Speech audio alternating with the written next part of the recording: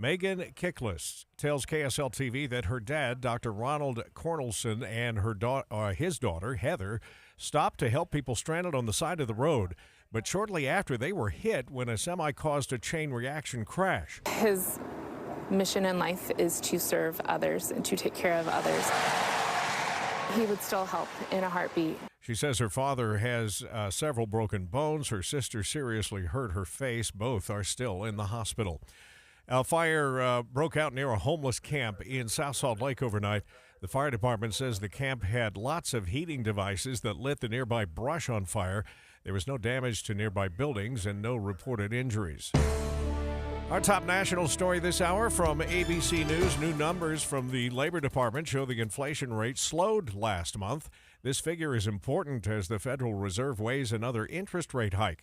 ABC's Elizabeth Schulze reports. The Fed is getting closer to winning its fight against inflation. We see that the Fed's string of interest rate hikes since mid or March 2022 continues to chip away at consumer prices. So overall, we saw prices up 3.2% in October compared to the same time a year ago. That's an improvement from the rate we saw in September, and of course a lot better than the 9% peak we had in June of last year. We've also seen used car, plane tickets, and hotel prices on the way down. And what did the markets do? They loved it. The Dow is up 1.5%, 534 points right now. The S&P is on the plus side by 88, which is right on 2 full percent. And the NASDAQ up even more, 2.2%, or 308 this hour. Coming up, we'll get highs in the upper 60s today. The old warm before the storm is going to play out through tomorrow, and then a chance of rain Thursday.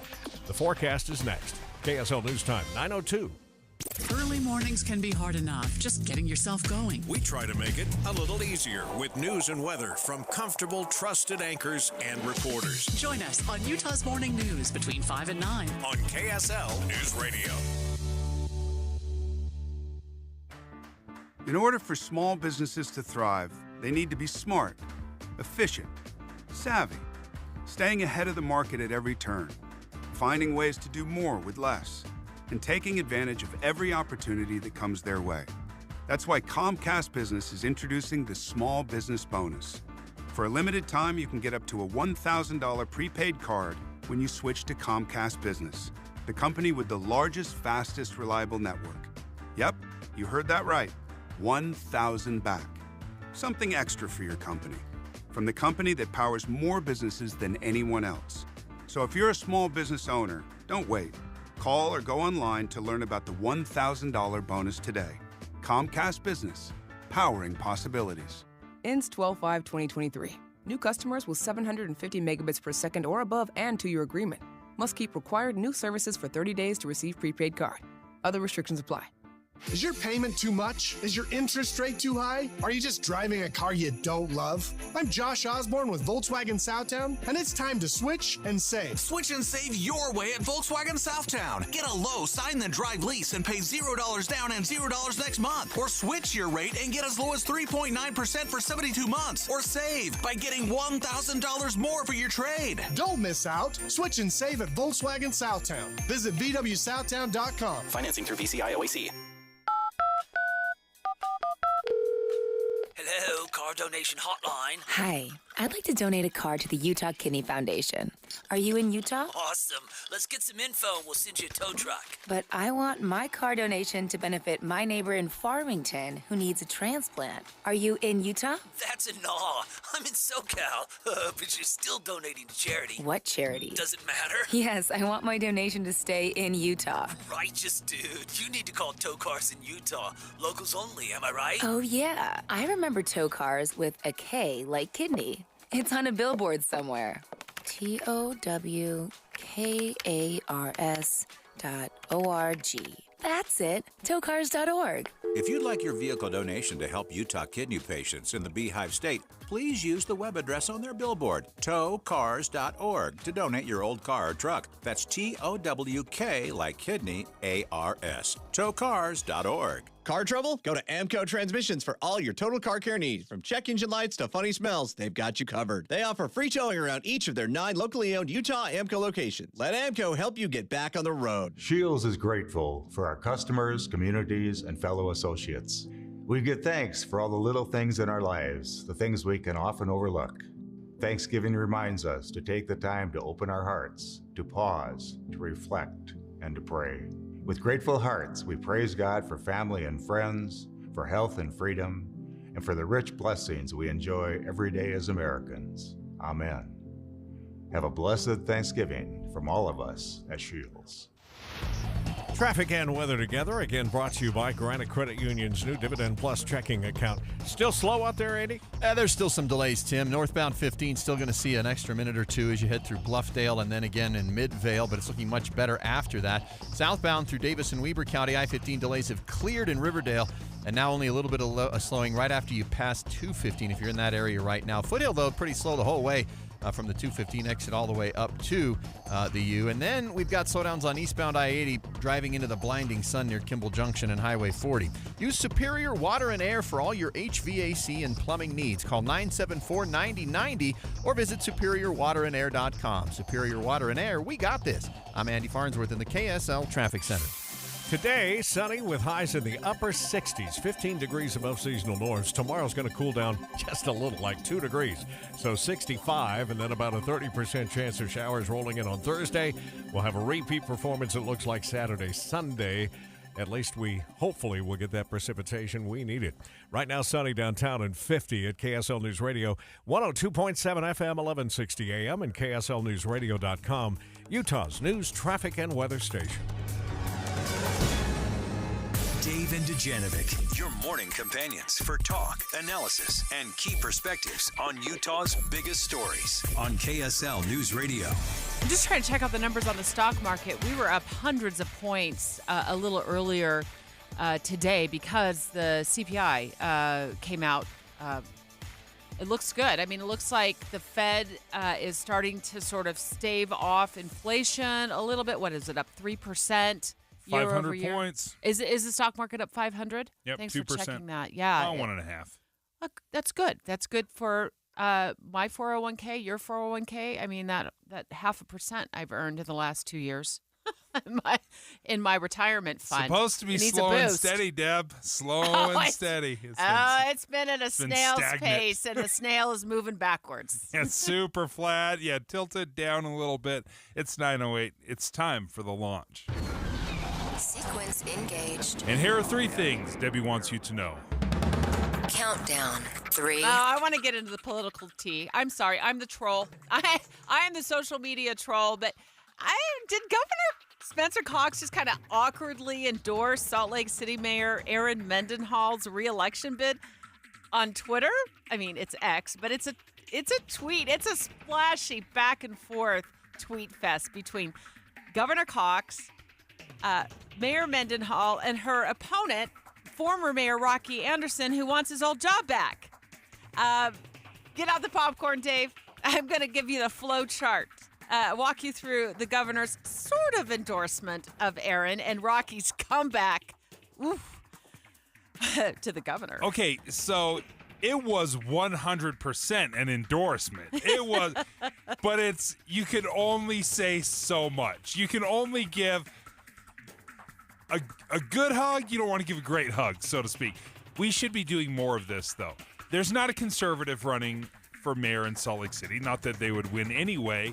So why not endorse the best, worst candidate if you're the governor? Countdown to... What in the world is going on in Iceland? We're going to get live analysis in the 9 o'clock hour. It's ready to blow. It's 3,852 miles away from Utah. I did the whole MapQuest thing. It is a long way away, but it's all I'm hearing about.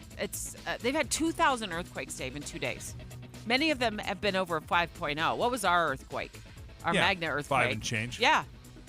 There's a looming volcanic eruption. U of U Seismology Center calling in 45 minutes about this scary situation that's going on in Iceland. Hann náttúrulega búinn líka vistarverum sem sitting there doing an interview, and the earthquake just shakes all the buildings around. The reaction from the person that was being interviewed was hilarious, Debbie. He looks over his shoulder as if someone gave a little honk, like a beep, beep, He just kind of looks over. Well, there's another earthquake. Oh, my goodness. But what is happening underneath the ground, buildup of magma and lava, is the real threat, not the earthquakes. Launch countdown 1. Is it getting lost in the shuffle, Dave, of Turkey Day, a looming Black Friday shopping spree? Then you got Cyber Monday. I'm worried that Utah's special election day, which is in 1 week from now, is invisible. 1 week from today is the deadline to get your ballot cast. For some of you, it will matter when it comes to Congressional District 2. Others have mayors that you're reelecting or electing. And on the heels of an abysmal primary election turnout over Labor Day weekend, Tuesday's election does seem invisible to me. Okay, Debbie, as you were describing this, something popped into my brain. I'm going to ask you a question. Okay, Kathleen Reby, this is for District 2. Kathleen Reby, Celeste Malloy. They're two front-running candidates. Have they had a debate? Yikes. Don't ask me that question. You want to talk about invisible? This is what you and I do all day, every day, and I don't know if they've even had a debate. I'm glad we're both in the same boat on this one. I don't know. Like, Text us at 57500 No idea. if it's safe to do so. Dave and Dujanovic. The Launch. Commence. Your voice, your vote 2023. Special coverage on KSL News Radio. We got to get to the bottom of that. Does the newsroom know? Does anyone in Utah know? What about Boyd? Get Boyd in here. In Salt Lake County, we had a 25% turnout for the primary election, which was held, butted right up against Labor Day. And this will matter, most for the candidates in the 2nd Congressional District. Well, it matters for all the candidates. They're out there campaigning day in and day out. It's got to be a grueling schedule. But when you look at Celeste Malloy for Congressional District 2, Kathleen Reby, also I've got the full list. We're going to get all the names in out of complete fairness to all of the candidates. But as you pointed out, those are the two frontrunners, the Republican and the Democrat. Malloy managed to activate her base in southern Utah during the primary, Dave, where there was a 40% turnout in Washington County. Compare that to Salt Lake County, a 25% turnout. It made all the difference. It For made her. all of the difference for her. And quite honestly, that was her game plan from the get-go. She's from southern Utah. She campaigned very strongly on Congressional District 2 needs a southern Utah voice, a native, and that's exactly what happened. Mm-hmm. Southern Utah, rural counties, big cities, they all turned out in a big way for Celeste Malloy. And that seat was vacated on September 15th by Representative Chris Stewart, who resigned his seat. 7 candidates on the ballot. Kathleen Reby, the Democrat, Celeste Malloy, the Republican, Cassie Easley, I hope I'm saying these names right, Constitution Party, Brad Green, that's an easy one, Candidate Connection? Never heard of that. Me neither. Sorry, I don't know. January Walker, United Utah Party, we've talked to her before. Joseph Geddes Buckman, Independent Party, and Perry Myers also looks like with the Independent Party, are running as an independent. But there's more than just this 2nd Congressional District, Dave. We've got some important elections happening at the city level. Ogden is looking to put a new face in the mayor's office. And then you got the Salt Lake City mayor's race, where you got Mayor Mendenhall wants to keep her job. Rocky Anderson, who was mayor from 2000 to 2008, wants his old job back.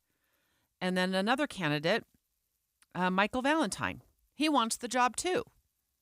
So there's some important decisions to be made in the next week. I just don't know how many ballots are getting turned back in, or how many are still sitting on the kitchen counter getting lost in the holiday shuffle.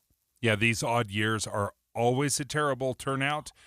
Maybe there will be a little bit more interest because of Congressional District 2, but it's just very hard to get excited about city council races or sewer district trustees.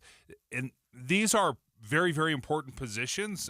They probably affect your life far more than a presidential race, the day-to-day kind of stuff that goes on.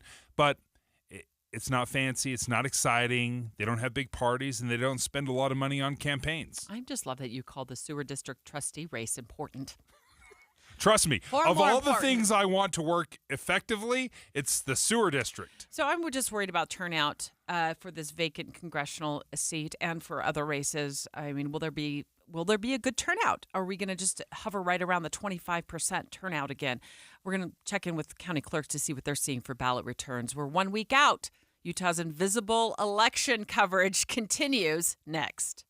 Dave and Dujanovic. We know Utah relies on KSL for balance and fair treatment. We provide news and analysis from all sides. Utah's Morning News from 5 to 9. Dave and Debbie, 9 to noon on KSL News Radio.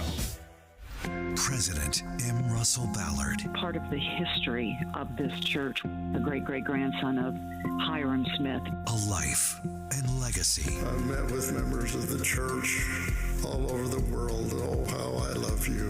What a glorious experience that's been to look into your faces. Remembering the acting president of the Quorum of the 12 Apostles of the Church of Jesus Christ of Latter-day Saints on KSL News Radio.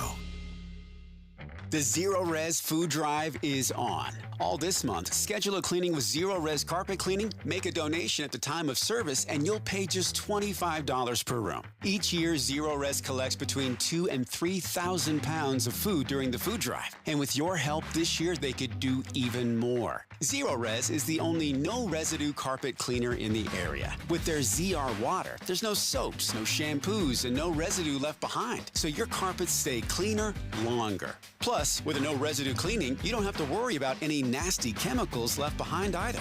Zero Res is safe for people, pets, and the planet. Schedule your cleaning today. The $25 sale ends today. You don't have to clean today, but you do have to get on the schedule. $25 per room for a Zero Res carpet cleaning when you clean in November and participate in the Zero Res Food Drive. But this rate is only good if you schedule before the end of the day today. For more info, restrictions, and to schedule, visit zerores.com. When it comes to making plans, you are the best. What about those round trips that you plan in advance, which are perfect on your way there and perfect on your way back? Or those meetings with friends for which you make a group chat 3 months before so that nobody or anything is missing? Or your daughter's first birthday party. You planned it with such dedication that instead of the first, it felt like our 15s. The same way you plan each detail for those moments. Start planning to protect you and your loved ones from a natural disaster. Sign up for local weather and emergency alerts. Prepare an emergency kit and make a family communications plan. Protecting your family is the best plan you can make. Get started at ready.gov/plan. Brought to you by FEMA and the Ad Council. Marie Osmond, an orchestral Christmas. Saturday, December 2nd at Echoes Theater. With special guest David Osmond. Live at the Echoes presents Marie Osmond. An orchestral Christmas, live in concert. Tickets on sale now at liveechoes.com. At Common Spirit Holy Cross Hospitals, we're honored to carry the legacy of our namesake and to extend the legacy of care in our communities. We're part of 20 hospitals and 240 clinics across Colorado, Kansas, and Utah. Learn more at holycrossutah.org. With our roots in northern Utah, Common Spirit Holy Cross Hospitals have a legacy of caring to help every person be whole and healthy. We're part of 20 hospitals and 240 clinics across Colorado, Kansas, and Utah. Learn more at holycrossutah.org. It's the season of giving at Murdoch Hyundai. Right now, get 0% for 5 years on Tucson or Santa Fe. When you walk through the doors, you feel like family at Murdoch Hyundai in Logan, Linden, Murray, or online at murdochhyundai.com. If it's out of sight, it's out of mind. Even though that's an old adage, it's still very true today. And it's especially true of your old 401k. I'm Jeff Jr. with Trajan Wealth, asking you to get that old 401k in sight and out of the company you no longer work for. But don't roll it into your new 401k. That could be one of the worst things you do. Of course that's easy. But when has the easiest way ever been the best way? Instead, call Trajan Wealth and learn about all of your options, including a way to earn an upfront bonus of up to 25% for your future income just for rolling it over. That's right. You could earn up to a 25% bonus for your retirement income just for rolling that 401k over with Trajan Wealth. Don't roll that 401k into your new company plan. Don't do it without calling Trajan Wealth first. Call 801-899-7600 or visit TrajanWealth.com. Guarantees are based on the claims paying ability of the issuing insurance company. With the three things you need to know this hour, I'm Tim Hughes. First, the House is expected to vote on House Speaker Mike Johnson's spending bill today. Second, this year's Thanksgiving travel season expected to be one of the busiest ever. And third, President Joe Biden is looking for an additional $6 billion in funding to combat climate change. We're going to shoot for a high today of 67 degrees and right now 50. Let's get you back to David Dujanovic at KSL News Radio. Your voice, your vote, 2023. Special coverage on KSL News Radio. Well, at least I have an excuse for not knowing that there was a debate in the 2nd Congressional District. I had COVID and it smushed me like a bug. Like I was out of the news loop for a good 2 weeks, pretty much. Dave has no excuse. You were just hanging out on your phone. What do you mean? You have no excuse. So there was a debate. We've settled that debate. There was a debate in the 2nd Congressional District. Dave just YouTubed it. Yeah, I'm a little embarrassed. Okay, here's the Don't problem. be. Okay, to be entirely honest, and we're talking about the quote-unquote invisible election. Which is in 1 week from now. Which is 1 week. Mm-hmm. It's weird in a lot of different ways. The 2-week delay, I think a lot of people are probably still thinking like, wait, what? We're still going to do the election? I thought that was last week. Because it always has been. Because the rest of the country did it, last week. We delayed it a couple of weeks because of Chris Stewart resigning from his seat. And now I think people are just, it's an odd year. There's not a lot of super fancy, exciting races out there. So I'm sorry. I think a lot of people are looking at this right now and saying, I'm not totally involved right now. We get to some breaking news real quick. Sorry to interrupt you there, Dave, but our producer just walked in and handed me a copy here regarding funeral services that have just been announced for M. Russell Ballard, the Church of Jesus Christ of Latter-day Saints. President Ballard passing away the day before yesterday, late in the evening, at the age of 95. They will be this Friday, November 17th, from 11 o'clock in the morning until noon in the Tabernacle. Again, M. Russell Ballard, acting president of the Quorum of the 12 Apostles of the Church of Jesus Christ of Latter-day Saints. Funeral services will be held this Friday from 11 o'clock in the morning until noon. Does it look like there will be some sort of a public opportunity to pay respects? It says that the funeral will be open to the public ages 8 and older. Temple Square gates and the tabernacle doors will open at 9:30 in the morning. Those wishing to attend should be in their seats by 10:30 a.m. And the church campus buildings will be closed at 10:30 a.m. and will reopen following the funeral at 1 o'clock in the afternoon. So we're going to put all of this, of course, at kslnewsradio.com. I want to hand this to you as well, Dave, so you can look over that copy that we just received. But we now know that M. Russell Ballard will be, his funeral services will be held this Friday in the morning, and that the public is welcome for all of those who are, is it 8 years and older? Is that what I said, Dave? You're looking at that now. Okay. Again, if you've missed that, you'd like to attend, you'd like to know more information about it, we will put much more information at kslnewsradio.com. And it does appear that the funeral services are going to be streamed live on the church broadcast page, the YouTube channel as well. So those will be available as well. Your voice, your vote 2023. Special coverage on KSL News Radio. 1 week from now, ballots are due. And Dave just went down the list of why this election may feel invisible, even though there's some really important races, and they're all important. Candidates out there campaigning, and we're electing people sometimes for 2 years, sometimes for 4 years. Lanny Chapman, Salt Lake County Clerk. You starting to see ballots stream in yet, or are you a little worried? You know what? We are seeing quite a few people already starting to participate, and we're getting more and more ballots every day. We're almost hitting that 100,000 mark. So just shy of 20% of voter participation already in our by-mail ballot. Good. And do you expect this to be almost exclusively mail-in ballots, or do you expect a surge on Election Day? Well, we're always going to see a lot of participation on Election Day. That's just part and parcel of voting. A lot of people hold that day to be sacred, and that's the day they either send in their by-mail ballot or they decide to vote in person. We're going to see a lot of people, though, use our by-mail ballots. In the state of Utah, about 90% of people that participate in any given election are going to participate using that by-mail ballot. It's so easy. It just makes it so easy. But turnout in the primary, I was just checking your website this morning before the show. It was like 25% during the primary, which was kind of held over like the Labor Day weekend. So I was a little worried that, a Turkey Day kind of special election would see that same kind of abysmal turnout. But you think it might be higher than 25%? I'm definitely hoping for higher than 25%. I'm actually hoping for closer to 35 to 40%. Wow. Of eligible voters.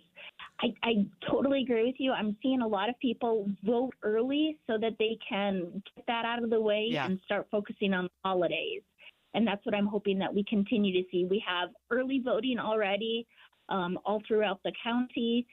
We have 25 locations for our drop boxes. So we're trying to make it as convenient as possible for our residents to have their voices heard on local candidates and their service districts. Lanny Chapman is the Salt Lake County Clerk joining us right now.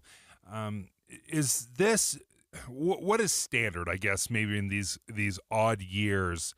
What can you expect normally, a turnout? So if you take out the special election, if you take out the Congressional District 4, and if you take out the fact that we moved the election back 2 weeks, a general municipal election, it's pretty common for us to see between 33 and 35% of voter participation. I always wait. I was like, it's wishful thinking that it would be up more like 75, 80%. 100% would be perfect, of course, but it would. Quickly, Lanny, give us the dates and the deadlines that people need to keep in mind. Absolutely. So if you're going to use the post office, make sure your ballot is postmarked by the day before Election Day. That's Monday, November 20th. Election Day, of course, is Tuesday this year, November 21st. So when you're remembering to start thawing your turkey, make sure you've already turned in your ballot. We have early voting satellite locations open throughout the county. And then, of course, on Election Day, we're going to have a vote center in every single city. We'll have 20 vote centers throughout Salt Lake County to make sure that everybody has the opportunity to have their voices heard. Well, thank you for joining us, Lanny Chapman, Salt Lake County Clerk. Yeah, we talked earlier that there's really important races. There's races for, mayor, including in Salt Lake City. Next, Dave, will you do me the honor of allowing me to walk you through a tweet fest that happened very recently between Governor Cox. I think he kind of awkwardly endorsed Salt Lake City Mayor Aaron Mendenhall's reelection bid on social media. And then there's this splashy pushback from Rocky Anderson, her opponent, that he tweets back at Governor Cox. It's a Twitter war. It's a Twitter. Let's face it. This is the political tea I've been trolling for.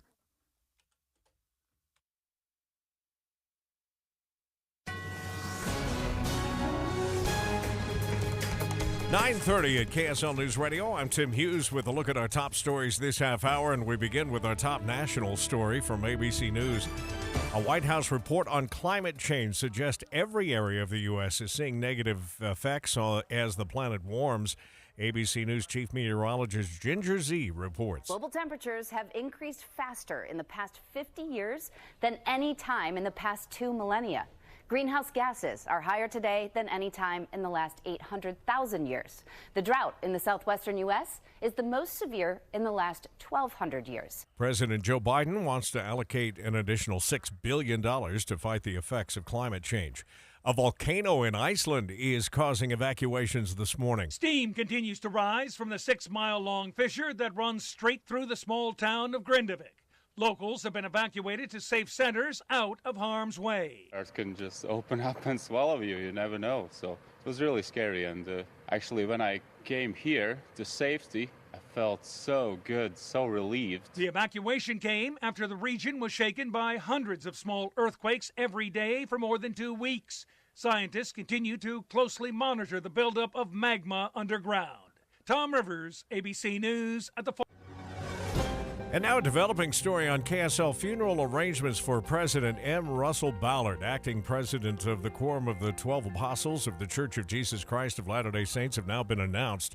The service will be held in the Tabernacle on Temple Square Friday, November 17th, beginning at 11 in the morning to 12 noon. The funeral is open to the public for ages 8 and older. Your money at this moment. The market's been on a tear since those inflation numbers earlier this morning. The Dow still up 569 points right now. The S&P is up 90, which is 2%. The NASDAQ, the tech stocks, up 310. That is 2.25% this hour. Coming up, temperatures in the 60s both today and tomorrow. It's the warm before Thursday storm. We'll check the forecast next. KSL News Time, 9:32. Start your days with knowledgeable, friendly voices telling you about the latest news and weather out there. Hi, this is Tim Hughes and Amanda Dixon In the business of waking you up each morning from 5 to 9. on KSL News Radio. One of the things about being a homeowner that I dislike so much is having to think about the way my home is running. I don't want to think about the water heater, the furnace, the air conditioning, and I certainly don't want to think about my water softener.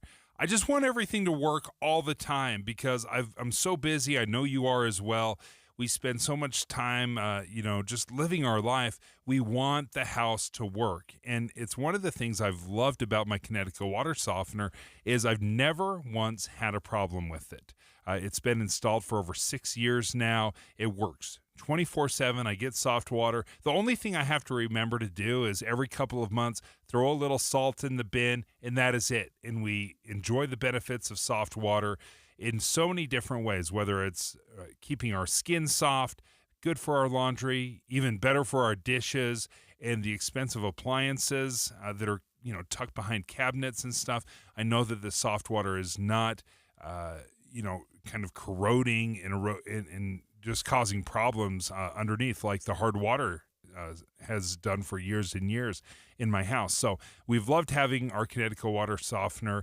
If you're interested, give them a call, 801-576-8600. That's 801-576-8600. Or you can check them out online at softwaterutah.com. Get ready, Utah! It's Medicare annual enrollment period, so why not make enrolling easier with United Healthcare? Whether you choose our online tools or over-the-phone support, United Healthcare will help you compare options so you can choose a plan with confidence. This is Medicare made for Utah, trusted everywhere. Explore our wide range of plans by calling United Healthcare today at 1-855-MEET-UHC. That's 1-855-MEET-UHC. Annual enrollment begins October 15th and ends December 7th, so call today. Attention smart homeowners. You don't have to fall for flashy promises and companies that don't even prove their work. At Your Service Pros uses third-party verification software called MeasureQuick to ensure your new HVAC system is installed correctly. This ultimate game changer in the HVAC industry lets you, the homeowner, have proof of how your system was installed. At Your Service Pros utilizes our Bluetooth tools to upload all of your system's information into MeasureQuick. We rely on data-driven insights to properly commission, optimize, and fine-tune your HVAC system for peak performance, improving your family's comfort, lowering your utility bills, and extending the life of your HVAC system. With rebates and tax credits available totaling more than $7,500 on a dual fuel heating and cooling system, it is now more important than ever that your HVAC system be installed correctly. So call us today at 801-YOUR-PRO. That's 801-YOUR-PRO. Have the peace of mind of saving up to 50% on your new system and knowing it's installed correctly by calling 801-YOUR-PRO. We're going abroad for the first time in years, to Spain. So we started using Babbel. And started learning Spanish fast. With Babbel, you can start having conversations in another language in just 3 weeks. ¿Cómo te llamas? ¿Cómo te llamas? When you learn a language, you want to actually use it. Babbel is designed with that goal in mind. In just 3 weeks, we're starting to have conversations in Spanish. Gracias, Babbel. Babbel, language for life. Now try Babbel for free at Babbel.com. That's Babbel.com. Traffic and weather together is again brought to you by Granite Credit Union's new Dividend Plus checking account. How are we looking, Heather Kelly? Well, we do have a new crash in Utah County. This is southbound I-15 in Linden. It had been blocking a couple of right lanes. It's now been moved over to the right shoulder. But unfortunately, traffic is backed up almost to 500 East and American Fork. Hopefully that'll start to ease out now that the crash has been moved out of lanes of travel. Northbound I-15 in the Salt Lake Valley still has a bit of slowing between Midvale and Murray, but everybody else traveling at speed. Witness the magic of the Nutcracker, opening December 8th with the timeless music of Tchaikovsky, performed live by the Ballet West Orchestra. Tickets at balletwest.org. Heather Kelly in the KSL Traffic Center. 67, believe it or not, for a high today, and here we are midway through November. Tomorrow, 65, and then we drop to 57. By the end of this 7-day period, temperatures will be 46 for a high and 29 for a low, but there's 4 days with a chance of precipitation squeezed in there. Right now in Salt Lake City, nothing but sunshine and 54 at KSL News Radio, 102.7 FM, 1160 AM, and KSLNewsRadio.com. Utah's news, traffic, and weather station. Dave and Dujanovic. I'm really excited that starting in January, we're going to be finally on Fridays. So if you're a regular listener of our show, you know we're on Monday through Thursday, 9 to noon. Well, starting in January, we're going to also expand to Fridays. You can upgrade your Fridays with us starting at 9 a.m. Yeah, and if you're wondering, well, what about the movie show? Oh, that's just moving back a few hours from 11 to 1. You can listen to the movie show still. Utah's top political story. Special coverage with Dave and Dujanovic. Look, I'm just going to say it right up front. This is the political tea I've been waiting for in this special election cycle, and I'm the troll, Dave. I'm the troll. Will you do me the honor, do me a favor of allowing me to walk you through the back and forth on Twitter, a.k.a. X? But it sounds better to say a tweet, so we're gonna stick with Twitter. We still know what a tweet is. I'm not sure what a X is or a post is. So the characters in this tweet fest, Dave called it a Twitter war, are the following. And I wish I was like driving in the car with you, because right now, for those who are listening in the car, because I would literally be like talking in your ear with a chalkboard, like explaining this whole flow chart of characters. So at the beginning, we have Governor Spencer Cox. Really, that's former Mayor Rocky Anderson is at the beginning of all this. So former Mayor Rocky Anderson of Salt Lake City, former mayor, was mayor for 2 terms, 2000, 2008. He wants his old job back, so he's running for Aaron Mendenhall's job, current mayor of Salt Lake City. Okay, so we have 4 characters involved in this tweet fest, in this political tea. You've got Governor Spencer Cox. You've got current mayor of Salt Lake City, Aaron Mendenhall. You've got former mayor of Salt Lake City, Rocky Anderson. And then you've got this like outlier lawmaker who's extremely conservative, wants to be governor, is actually running for the governor's office, Phil Lyman. We've had him on the show a few times. I've talked to him many times over the years over different stories. But in this whole mess of tweeting, Governor Spencer Cox kind of sort of accidentally ends up endorsing Erin Mendenhall to keep her job for Salt Lake City mayor. And it wasn't just that Governor Cox endorsed Erin Mendenhall, but Phil Lyman, again, a Republican, a very conservative Republican, had basically endorsed Rocky Anderson. Like, this is something you never see, Republicans fighting over which Democrat they're going to support. Like, this is just, I've never seen this.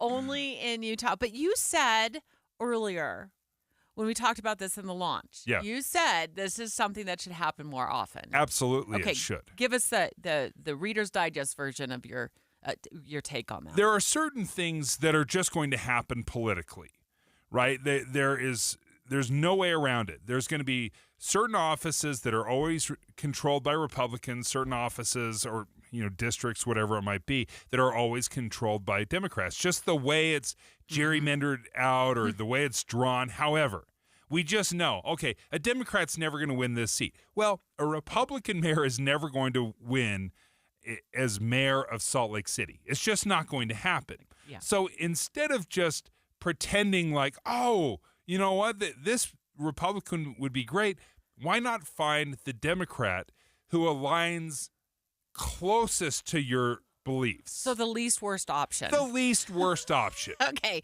All right. But I want to spell this out for you and our listeners, what I saw on Twitter over the weekend. And I'm like, oh, I got to stop. I got to read all this. I got to see who retweeted this. I got to weigh in with a little popcorn meme. So you got very conservative Utah lawmaker, Governor wannabe Phil Lyman, who posts on social media that he and Rocky Anderson, who's running again for mayor, share a passion for prison reform, and that Rocky's been a champ of the people who were treated harshly during incarceration. And then lawmaker Lyman goes on to say, those people and their families have an earnest friend in Rocky. So he essentially tosses his support behind Rocky Anderson in the race for mayor. That's how I read it as well. Then the governor slam dunks and says in his tweet and retweets, like Phil Lyman or Rocky or somebody, I completely disagree with Phil's endorsement of Rocky Anderson. I'm like, okay, tell me more, Governor. Governor says we need a solutions-oriented mayor and not the endless dysfunction and litigation of the past, referring to Anderson. Then the governor says, I may disagree with Mayor Mendenhall, but she's a far superior choice for Salt Lake mayor than Rocky. Ooh, it's getting good. And that's what I think is smart about it. I think it's important for Republicans to be able to say, okay, well, if I'm not going to get my candidate in there, then who's the most palatable of the other options? But this isn't an endorsement standing in front of City Hall. No. You're never going to get that. Inviting all it's the media. This is like a back and forth Twitter fight. Okay. Then Mendenhall retweets Governor Cox's tweet and says, I appreciate your support, Governor. Together it's the best way forward. I'm like, oh, good on Erin. Well, then it's not done yet. Rocky, who wants the mayor's job, wants his old job back, retweets Mendenhall's retweet of the governor. And Rocky says this, I'm reminded of why I changed my voter registration temporarily to Republican so I could vote for John Huntsman in the primary race for governor. Oh, we're all going back to 6th grade together. Isn't that phenomenal?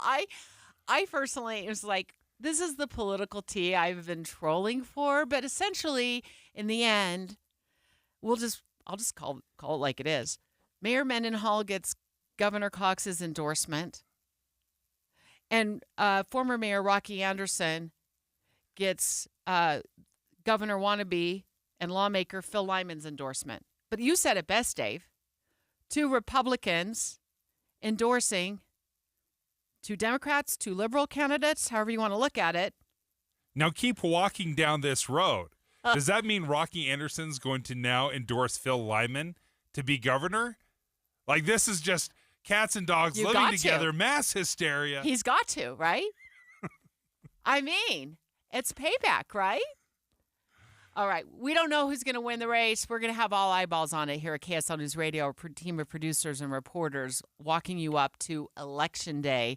Much more this afternoon as Jeff Kaplan takes over the seat. And, of course, as always, Boyd Matheson from 1 to 3. Jeff's in at 3 o'clock to walk you through the latest on our election coverage. Next, crazy stuff going on in Iceland.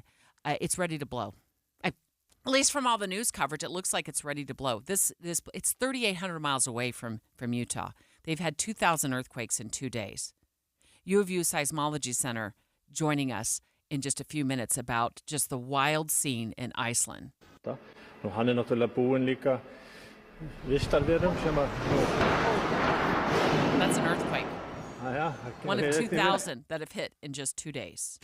Dave and Dujanovic. We're expanding Dave and Dujanovic on KSL. Now they'll be live on Fridays. Starting in January, hear Dave and Debbie at 9 and the movie show at 11. Finally, Friday on KSL News Radio. Experience the timeless Christmas classic that has captivated audiences nationwide. From master songwriter and storyteller Michael McLean, The Forgotten Carols is back. With an unforgettable story and songs that are a Christmas tradition for families everywhere. See the spectacular stage musical in Orem, Salt Lake, Ogden, Vernal, Tooele, and Heber. Tickets at ForgottenCarols.com. Higher taxes, soaring inflation, record low interest rates, and the skyrocketing cost of healthcare. The list goes on. Retiring successfully today is a lot more complicated than ever before. Learn how you could tackle the biggest challenges that you'll face in retirement today. Don't miss a special edition of Retirement Solutions Radio. It's this Saturday afternoon at 3 o'clock, right here on KSL, News Radio 1027. You know what? I think the holidays are the worst time of year for your furnace to go out. What's up, everybody? I'm Mike Wilson with Any Hour Services, and every November it feels like people get extra stressed when faced with the need to replace their furnace. The money they've been saving is supposed to go to Christmas, and now they're faced with a choice, Christmas or comfort. This holiday season, Any Hour Services wants to help alleviate some of that stress with our special holiday financing. No money down and no payments until next year. Plus, if you schedule a free estimate before the end of November, Any Hour Services will give you $1,500 off any full system you buy. And that doesn't even factor in the rebates and incentives you might qualify for. Again, during the month of November, Any Hour Services will give you $1,500 off any furnace and air conditioner you buy, and you can take advantage of our special holiday financing with no money down and no payments until next year. For more details, call Any Hour Services and schedule a free estimate. Google Any Hour Services or schedule online at anyhourservices.com. No one helps more homeowners than Any Hour Services. Life is full of change and uncertainty. Sometimes it feels impossible to know what to focus on or who to listen to. In his new book, Heart of the Matter, What 100 Years of Living Has Taught Me, President Russell M. Nelson sheds light on how we can find meaning in mortality, how to focus on what really matters. Pulling from a century of life experience as a surgeon, father, and prophet, he reassures readers that there really are unchanging truths that can anchor us in an ever-changing world. Get yours today at a Deseret Bookstore or deseretbook.com. Food brings people together, but for many families, figuring out where their next meal is coming from is a challenge. 1 in 10 children struggle with hunger in Utah. No one should have to go hungry, especially children. Macy's has partnered with local food banks for the 2023 Harvest of Hope food drive to help keep that from happening. From now through November 30th, you can help a family in need. It's easy. At the checkout, simply let your cashier know how much you would like to donate through Macy's Icon Drive. You can also purchase a prepackaged bag of food filled with the items that food banks need most. Every donation, regardless of size, makes a difference. If you prefer to shop online, you can donate to the Harvest of Hope this season from the comfort of your home by adding either of Macy's donation options to your online shopping cart at macys.com/online. If you'd like to track the progress of donations made toward the Utah Food Bank or learn more about Harvest of Hope, visit macys.com. Macy's. Happy shopping. Advanced Window Products. Affordable windows from their factory to your front door in 8 weeks. Guaranteed. 801-850-9100 or advancedwindowsusa.com. Holiday Stories from Shane Company customers.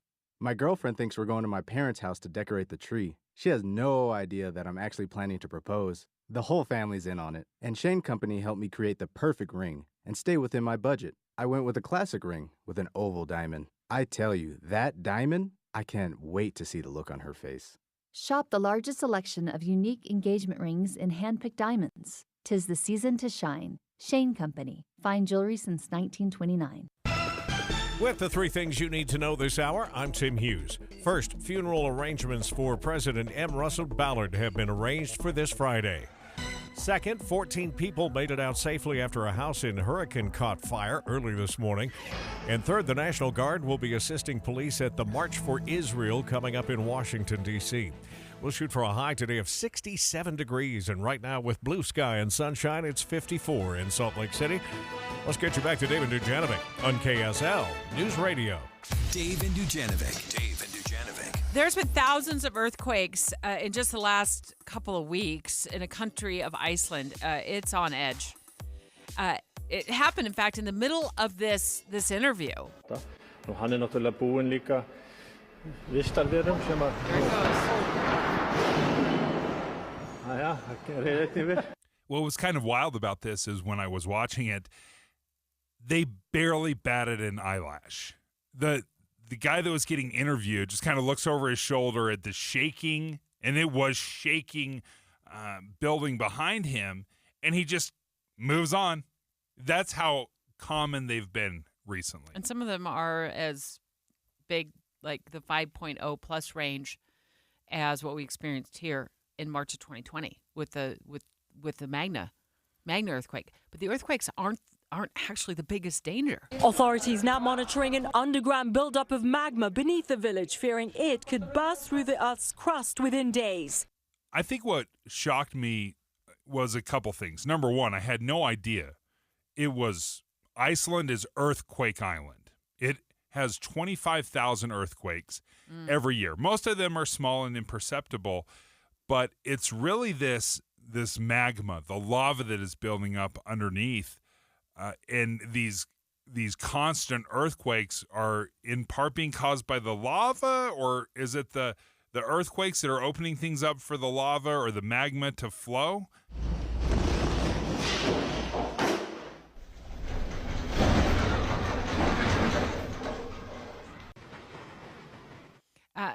The threats have led to an evacuation of it. Was it Grindavik?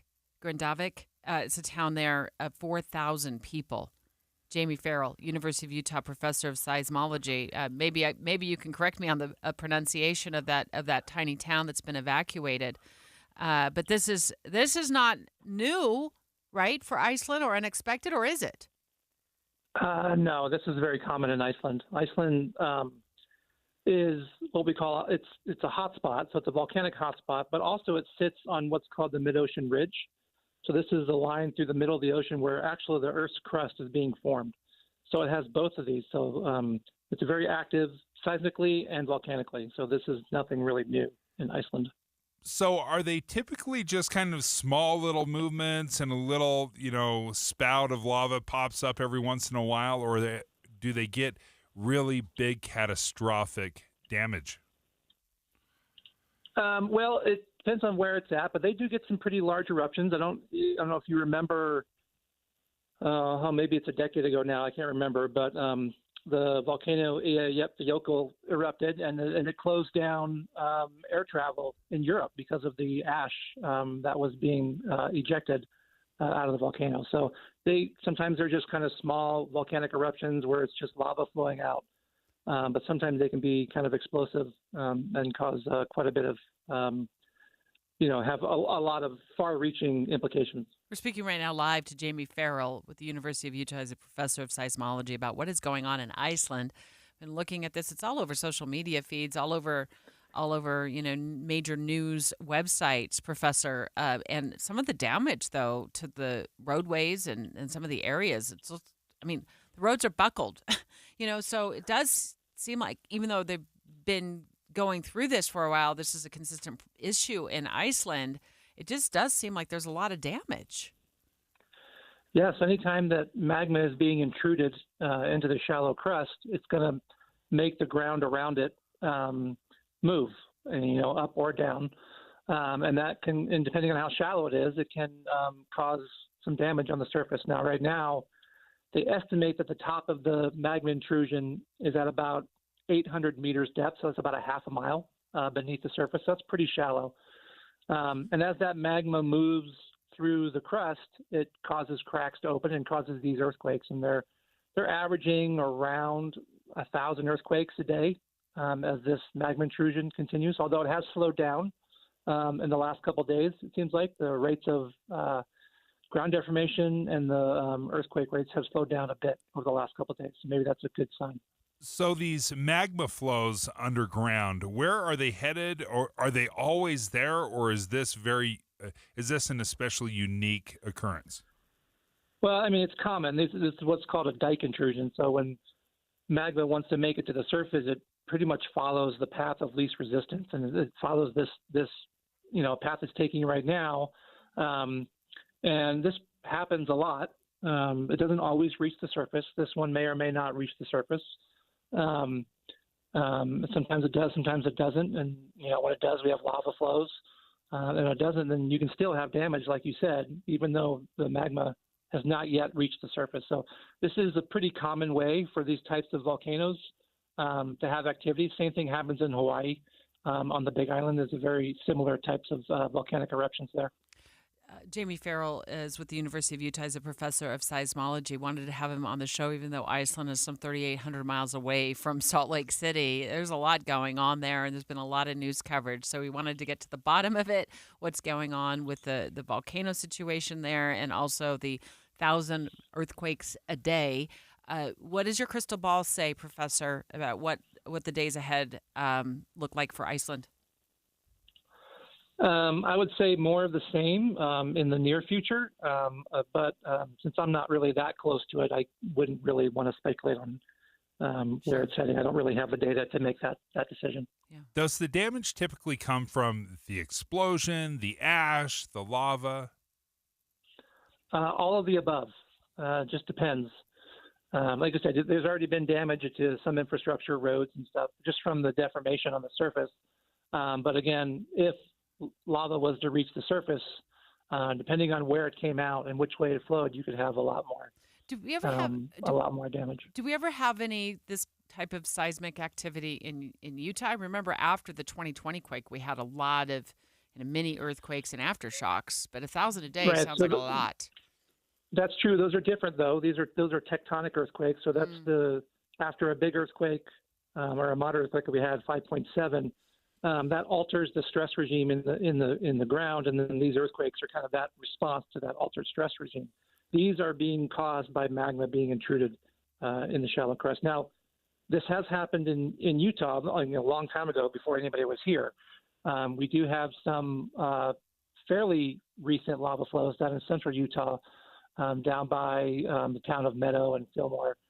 Out there. It's called the Black Rock Desert. So, there has been volcanic eruptions similar to this probably a long time ago in Utah. Well, we appreciate you joining us. Jamie Farrell, University of Utah, professor of seismology. Yeah, and in Iceland, just the latest is that they've had like 1,000 earthquakes a day. They've had several thousand in the last couple of weeks. So this has been going on for a hot minute there. And there's been an evacuation of at least one town of 4,000 people. I was trying to compare that to somewhere in Utah. I can't come up with a town off the top of my head where there's 4,000 people. It's pretty small. Maybe Kaysville? Yeah. We're 30,000. Come on. Not that small town. And don't know what the projection is. It's Mother Nature. She gets to decide. It is very interesting when you look at the map of Iceland. You see this magma flow. Mm-hmm. It travels a very long way. It's almost like this river to the sea, kind of in the center of Iceland, and it just travels. So that's where the destruction is coming from. Next, inflation numbers just released today. Stock market going wild after hearing that's 3%. Looks like year over year. And in a weird twist, Dave, some say regifting for the holidays could be the answer to helping stave off inflation even more. I don't know if regifting is the answer. I knew it! You're a regifter! Yeah. Can you get over the idea of being regifted too? What about being the regifter? Are you ever forgiven for that? Going right on the money with that next. KSL FM Midvale. KSL Salt Lake City. Listen at home on any smart speaker. And in your car at 102.7 FM. This is KSL News Radio. Utah's news, traffic, and weather station. It's 10 o'clock at KSL News Radio. I'm Dale Spalding. KSL's top story this hour, funeral services are now set for President Russell M. Ballard, who served as the acting president of the Quorum of the 12 Apostles of the Church of Jesus Christ of Latter-day Saints. KSL News Radio's Randall Jepson has the details. The funeral will take place Friday morning at 11 a.m. at the Tabernacle on Temple Square. Anyone 8 and older is invited to attend. Gates will open at Temple Square at 9:30, with people attending asked to be seated by 10:30. And instead of flowers, the Ballard family is asking that donations go to This Is the Place Heritage Park. A private burial service will take place at the Salt Lake City Cemetery immediately following the funeral. Hong Kong officials are calling for the arrest of 5 U.S. lawmakers, including Representative John Curtis. KSL News Radio's Hugo Ricard-Bell has the story. This is all over legislation introduced in the U.S. House and Senate that would place financial sanctions for alleged human rights violations on almost 50 Hong Kong government officials, judges, and even prosecutors. The Hong Kong lawyer behind the petition to arrest the U.S. lawmakers, Jimmy Siu Sikong, says they were interfering with the Hong Kong justice system by applying pressure on the judicial officials. Representative Curtis, though, has responded saying he will not be bullied or silenced, and says catcalls from 8,000 miles away will only reinforce his resolve to fight for freedom in Hong Kong, Ukraine and Israel. Hugo Ricard-Bell, KSL News Radio. Nepal's government has decided to ban the TikTok social media app, saying it was disrupting social harmony in the country. Nepal's foreign minister says the app will be banned immediately. The government is also asking all social media companies to register and open a liaison office in Nepal, where they must pay taxes and abide by the country's laws and regulations. Your money at this moment, the Dow is up 508 points, S&P is up 82 points, and the NASDAQ is up 291 points. Coming up, we'll get highs in the upper 60s today. KSL weather is next. KSL News Time, 10:02.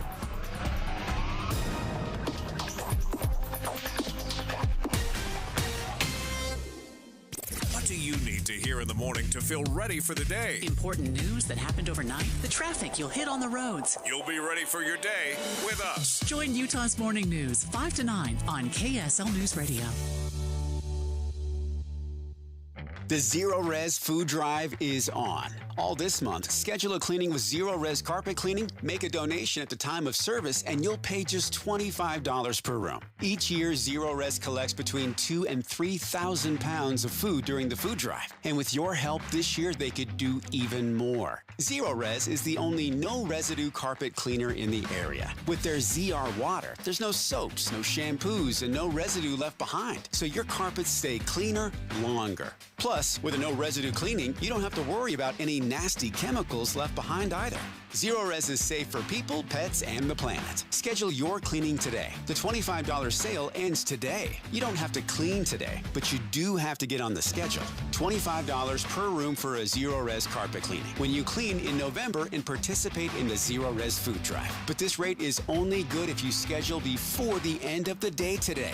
For more info, restrictions, and to schedule, visit zerores.com. Guys, your promise is your word, right? You stick by it, you live by it. So does Revive Men's Health with our Revive Promise for low T and ED. The Revive Promise means your tests and lab work are free when you begin treatment, and our low T and ED treatments are money back guaranteed. Yes, that's right. We stand behind our treatments and our results. That's our promise to you. Revive Men's Health has successfully helped thousands of men with low T, ED, and sexual health issues since 2011. If you're experiencing symptoms like chronic low energy, less drive, sleep issues, weight gain, poor performance, bad moods, or ED, you need Revive. Don't settle. Get affordable, guaranteed custom low T and ED solutions with lasting results from Salt Lake City's favorite men's clinic. And remember, there are no extra bills when you begin treatment. All labs and tests are free, and your low T and ED treatments are money back guaranteed. Call Revive Men's Health Salt Lake City today to schedule your appointment. Call 801-263-7777. That's 801-263-7777. Or visit ReviveMen'sHealth.com.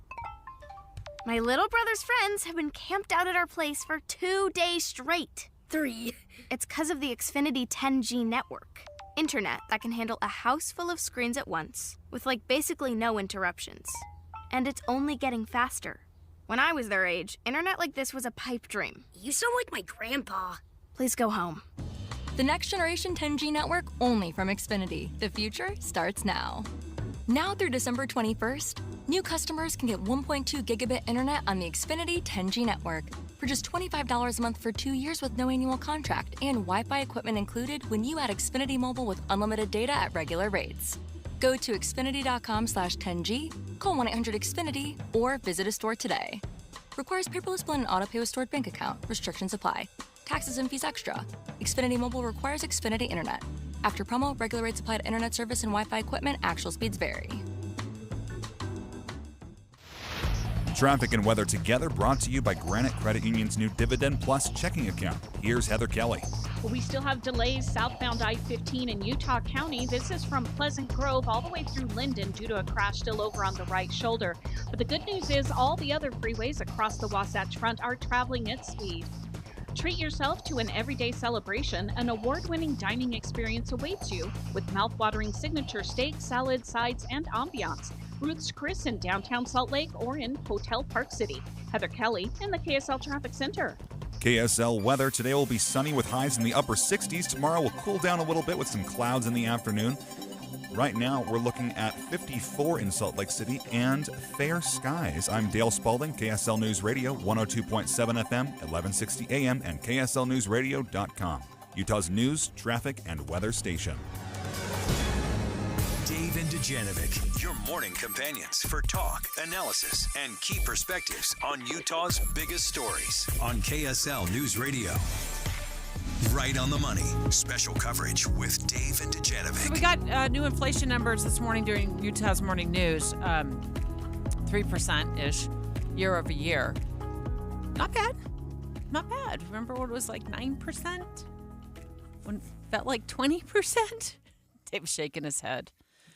That's another discussion for another day. Actually, it's another discussion for 30 minutes for now. We're never going back to 2019, so you just got to get over it. That's what scared me so much about this inflation in the first place, is it doesn't change. It resets the price point. That is what is so devastating. And we are going to talk about that. We're going to give you your day in 30 minutes. Yes. But in a twist, some say that regifting for the holidays, and Dave and I are spending a week talking about how to get a hold of your holiday budget and don't let it get out of control. We talked about it yesterday, about how to allocate your budget for your kids based on their age. You can find more on that at KSLNewsRadio.com. And right now we're going to talk about regifting. Could it be the answer to help kind of quell inflation? But I don't know if this is the case. Some say it is. Some say it would work. Why? Because we're not spending as much money when we regift. And that's been the hardest thing for the feds. Getting a hold of how much money, getting a hold of inflation has been hard for them because we keep spending like drunken sailors, as Dave and Senator Mike Lee might say. Right? I mean, we love to spend. We love to buy. But I just don't know that this is the case, Dave, because we have been regifting for years. Secretly. I think this is the same one I gave him. He recycled this gift. He's a regifter. An entire. I knew it. You're a regifter. Yeah, it was an entire Seinfeld episode about regifting. How dare you? How could you be a regifter? Now, here's my question: what qualifies as regifting?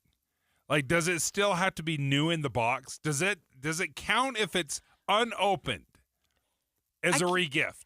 This is like, ooh. That's my reaction to that question. You're an anti-regifter? Yeah. Huge. You're not? I am not a regifter because I open everything as quickly as I can. Wait, I'm like a 5-year-old. So if I ever get something, I open it up immediately. I start using it. Yeah, there's no going back. There's no regifting. Are you anti-regifting? I'm anti-regifting. No. You're not. No. You would be all for regifting if you didn't rip the package apart. Totally. I mean, I would love to. I don't care how I get the present as long as I get the present. I don't care where it comes from. Do you regift because you don't like the gift, or do you regift because you're like broke out of money for the holidays and you're like desperate. And so you grab something out the top of your closet that you weren't using anyways. You wrap it up, maybe polish it up before you wrap it up, and then you regift it because you're broke. I think most people regift because they don't like the gift. Because we will clearly go into debt to give a gift. I think if you're regifting, it's because you're just trying to get it out of your closet. I've been regifted too, and you know what? I've never gotten over it. Really? I've never gotten over it. How did you solve the Because you riddle? asked the follow-up question. How did you know where to buy this? And you already know the answer. Investigative reporter right? You coming out already there. know the answer.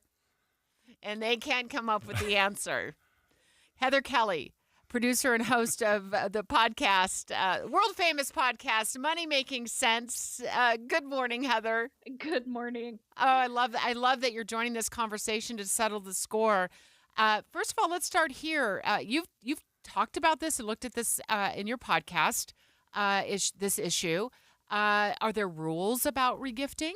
There definitely are. You cannot have used it at all. Now, it doesn't necessarily have to be brand new, still in the box, but you shouldn't have been playing with it, using it, anything like that to regift. If you have items like that in your closet, those are things, if you don't want it anymore, that would go for donation to Goodwill or Deseret Industries. So a half-used candle, that's a no. That's a no. Okay. That's a definite no. So Mental what are note. some items on your list that are okay to regift? For example, I think of all of the lovely like Hickory Farms cheeses that come my way thanks to my neighbors. And That you couldn't finish in 3 But lifetimes. It's food. Yeah. Yeah, it's food. And we have some food allergies in the family, so I have to be really conscientious about what I open up to begin with, Heather. Would food be an okay item to regift? It can be if you don't have an expiration date on it, or that Pepperidge Farm thing has still been in the refrigerator. It's not going bad. If you get it regift it within a couple of weeks because, like you said, you have food allergies, that is perfectly doable, to do. You can even take separates. Like sometimes people will send you the great big packages that have several items in there, and maybe some you like and some you don't, but they're all individually wrapped inside those packages. So you could take out those individual things and make a separate little gift box for somebody else. Time out. Heather, you're repackaging a regifting? Yes. And dividing it up? Time out. Dave is just all in on that. And I'm like, oh my goodness. You mean like taking out the separate little blocks of cheese? Yeah, and you take out the good stuff, you leave the bad stuff, and then you regift the bad stuff. What else? Go ahead, Heather. I was just going to say, Debbie, you are not going to like your Christmas gift from me this year at our Christmas party. Is it the socks you got last Fruit year cake. from Becky Bruce? Fruit cake. Okay, so what else can we regift and not feel badly about regifting? Well, this is sort of in the food vein, but it could be any type of gift card. Like for me, I'm a vegetarian, and I had an acquaintance give me a $25 gift card to a steakhouse. I am never going to walk into a steakhouse. But it was a perfectly good card. I had a different friend who was this meat lover. And so guess what she got for her birthday? Yeah, a gift card to Texas Roadhouse. Exactly. But the gift cards you have to be careful of, because a lot of them after a year, they start taking a fee out of it, like $1 every year. Oh, how embarrassing. So you don't want to wait a year or two to give this, and it says it's $25, but then it only is $22 worth of a gift. Heather, before we let you go, because we know you do a fabulous job in our traffic center as well, and you got to start looking at the traffic cameras. You got a long list of things to do today. What if you're regifted too, and you're really sad about it? How do you any etiquette? I mean, I know you're the Money Making Sense podcast host, but do you have any etiquette for us on how to handle that? I would say if somebody calls you on it, a regifting, just apologize. Just say, I'm so sorry. I didn't realize this was offensive to you. I couldn't use it myself, and it's brand new, and I thought it was something you might enjoy. If you just be gracious about being called out and try not to make the other person feel bad, even though that person may be making you feel bad for regifting, try not to make them feel bad, and just say, hey, I'm sorry, I just thought it was something that was pleasing that you would enjoy. I can't get enjoyment out of it myself. Heather, if I could ever achieve that level of class, I will have made it. I will have made it. Thank you so much for joining us. Fun. We can save a lot of money. Stop. We can save a lot of money regifting. It's too late for me to take back the moment that I learned I was There is regifted no to. way you have not regifted a candle. This is Debbie? I burn all the candles. This is literally how I reacted to the regift that I found out about. I think this is the same one I gave him. He recycled this gift. He's a regifter.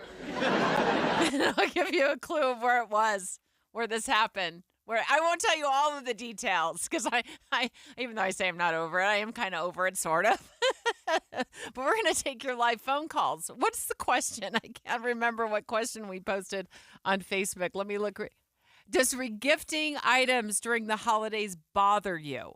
Does it annoy you? Does it annoy you? 801-575-TALK.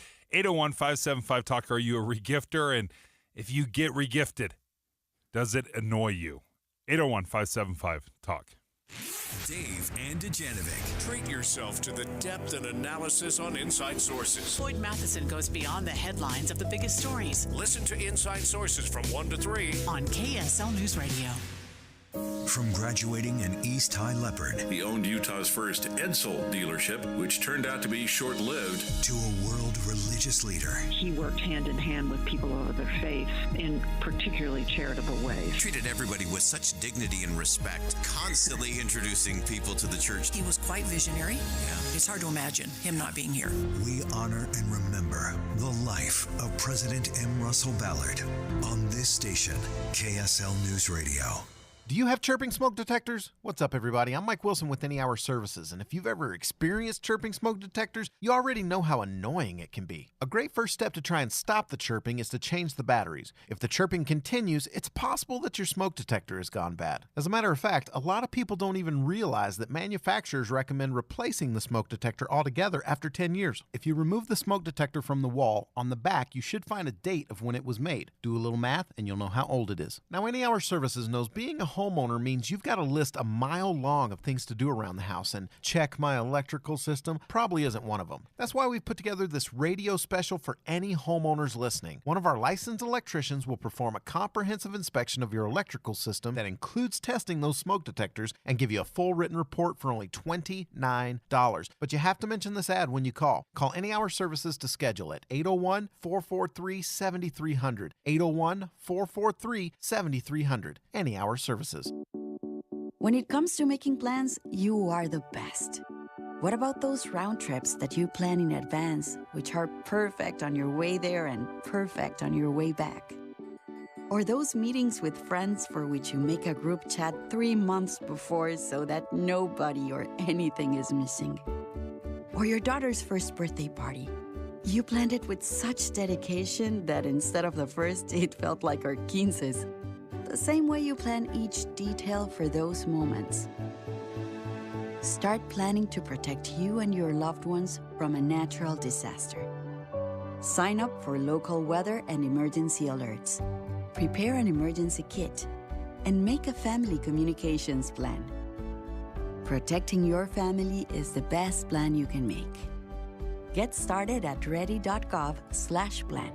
Brought to you by FEMA and the Ad Council. Backed by popular demand, A Gentry Christmas. The most beloved Christmas songs of all time, brought to life with epic orchestrations and lush harmony. Bring your family together to experience A Gentry Christmas. Friday and Saturday, November 24th and 25th. For tickets, visit liveattheeccles.com. Presented by Zions Bank. Intermountain Medical Center in Murray, LDS Hospital in Salt Lake City, and Utah Valley Hospital in Provo are ranked among the 2023 list for best cancer hospitals in the nation by Newsweek magazine, with a high level of comprehensive personalized care and treatment they provide. Intermountain Cancer Center locations provide an integrated, personalized approach to cancer treatment care, close to home for patients throughout the Intermountain West, as well as telehealth services. Brought to you by Intermountain Health and KSL News Radio.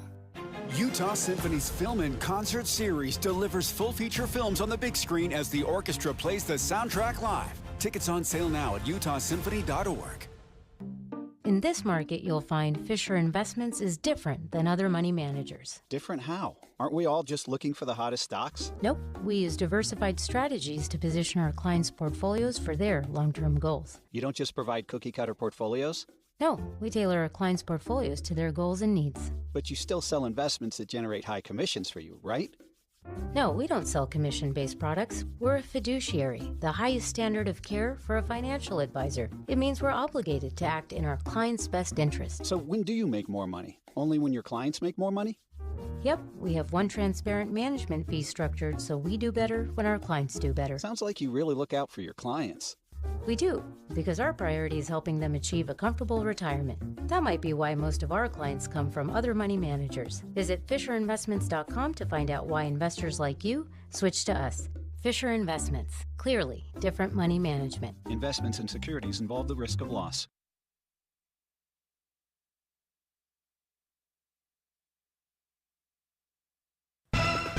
With the three things you need to know this hour, I'm Tim Hughes. First, funeral arrangements for President M. Russell Ballard have been arranged for this Friday. Second, 14 people made it out safely after a house in Hurricane caught fire early this morning.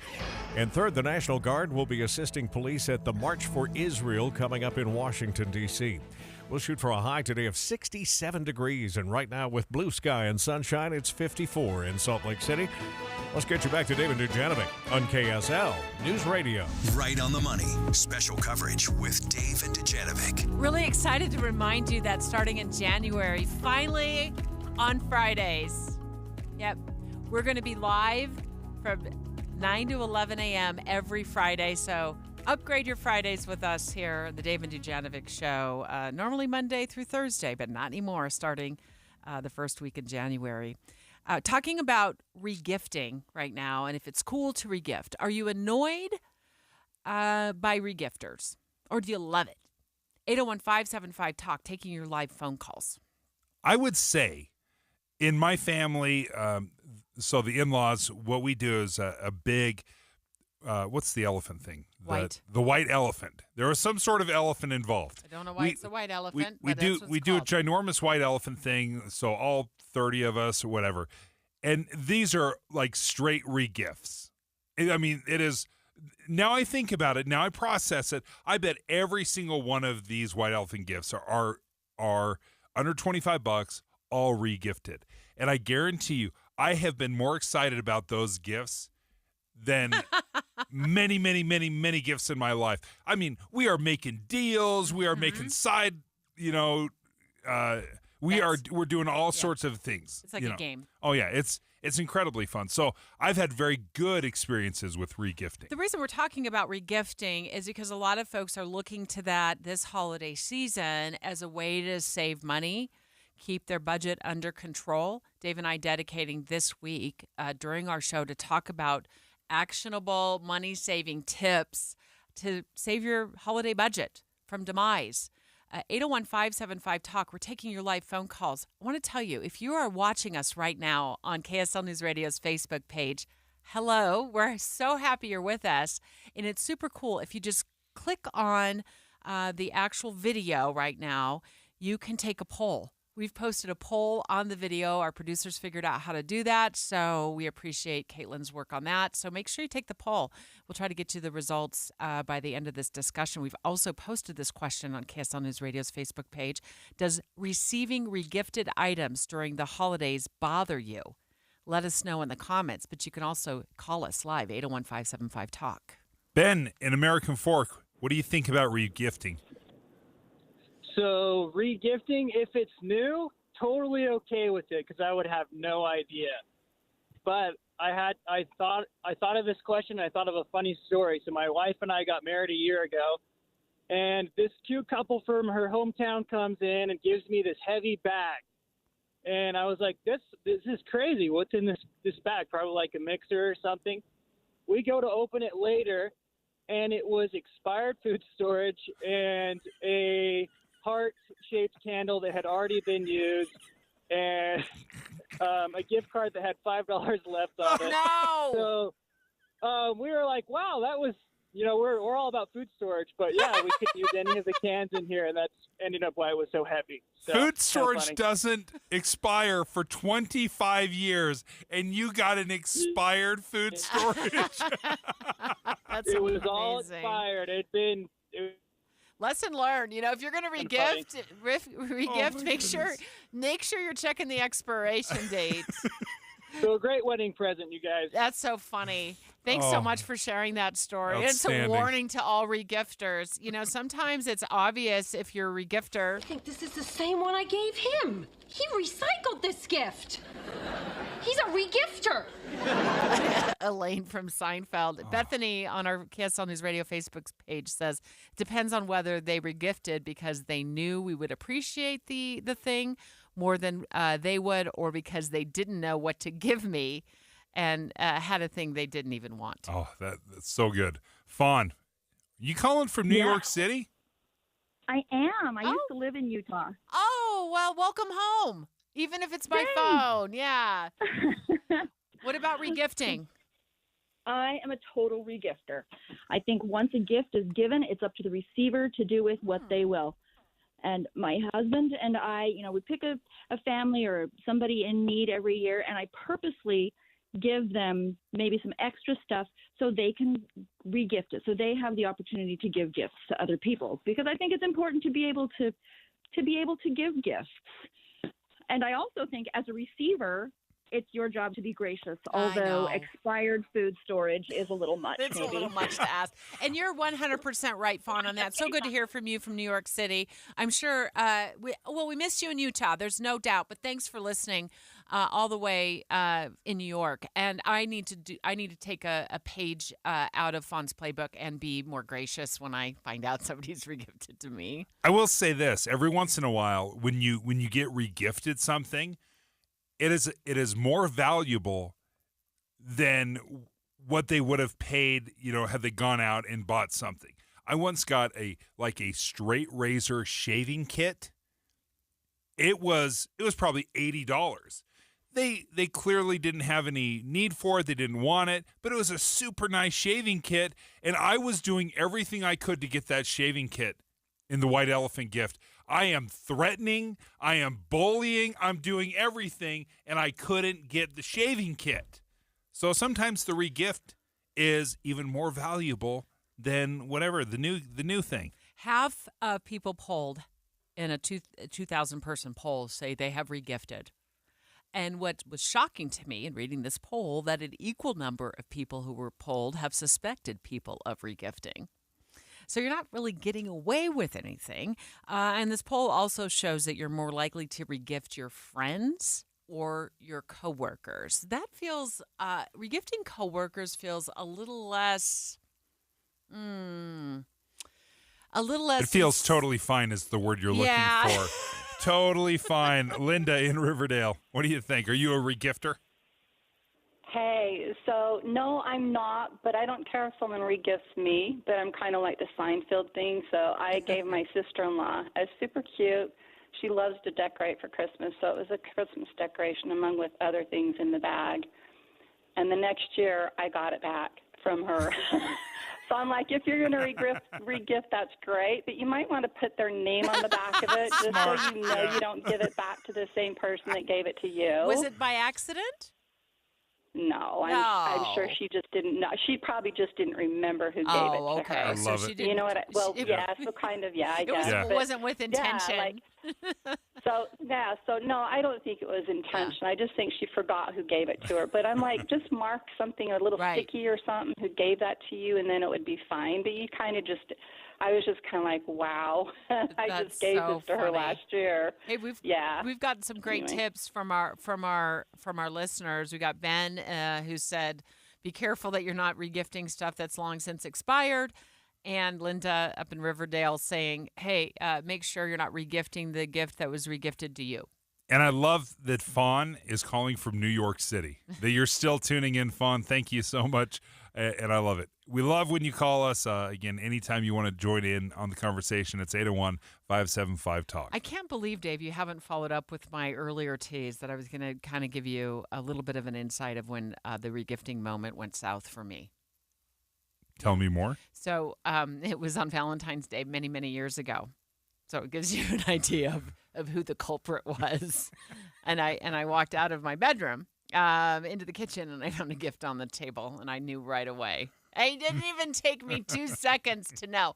Wives are like that. We just know. We can sense. There is no way in the world my husband it would be able to figure out that this would find its way to me. That he could not do this on his own. So there was a little brush by in the hallway on my way to get ready for work. Regifter.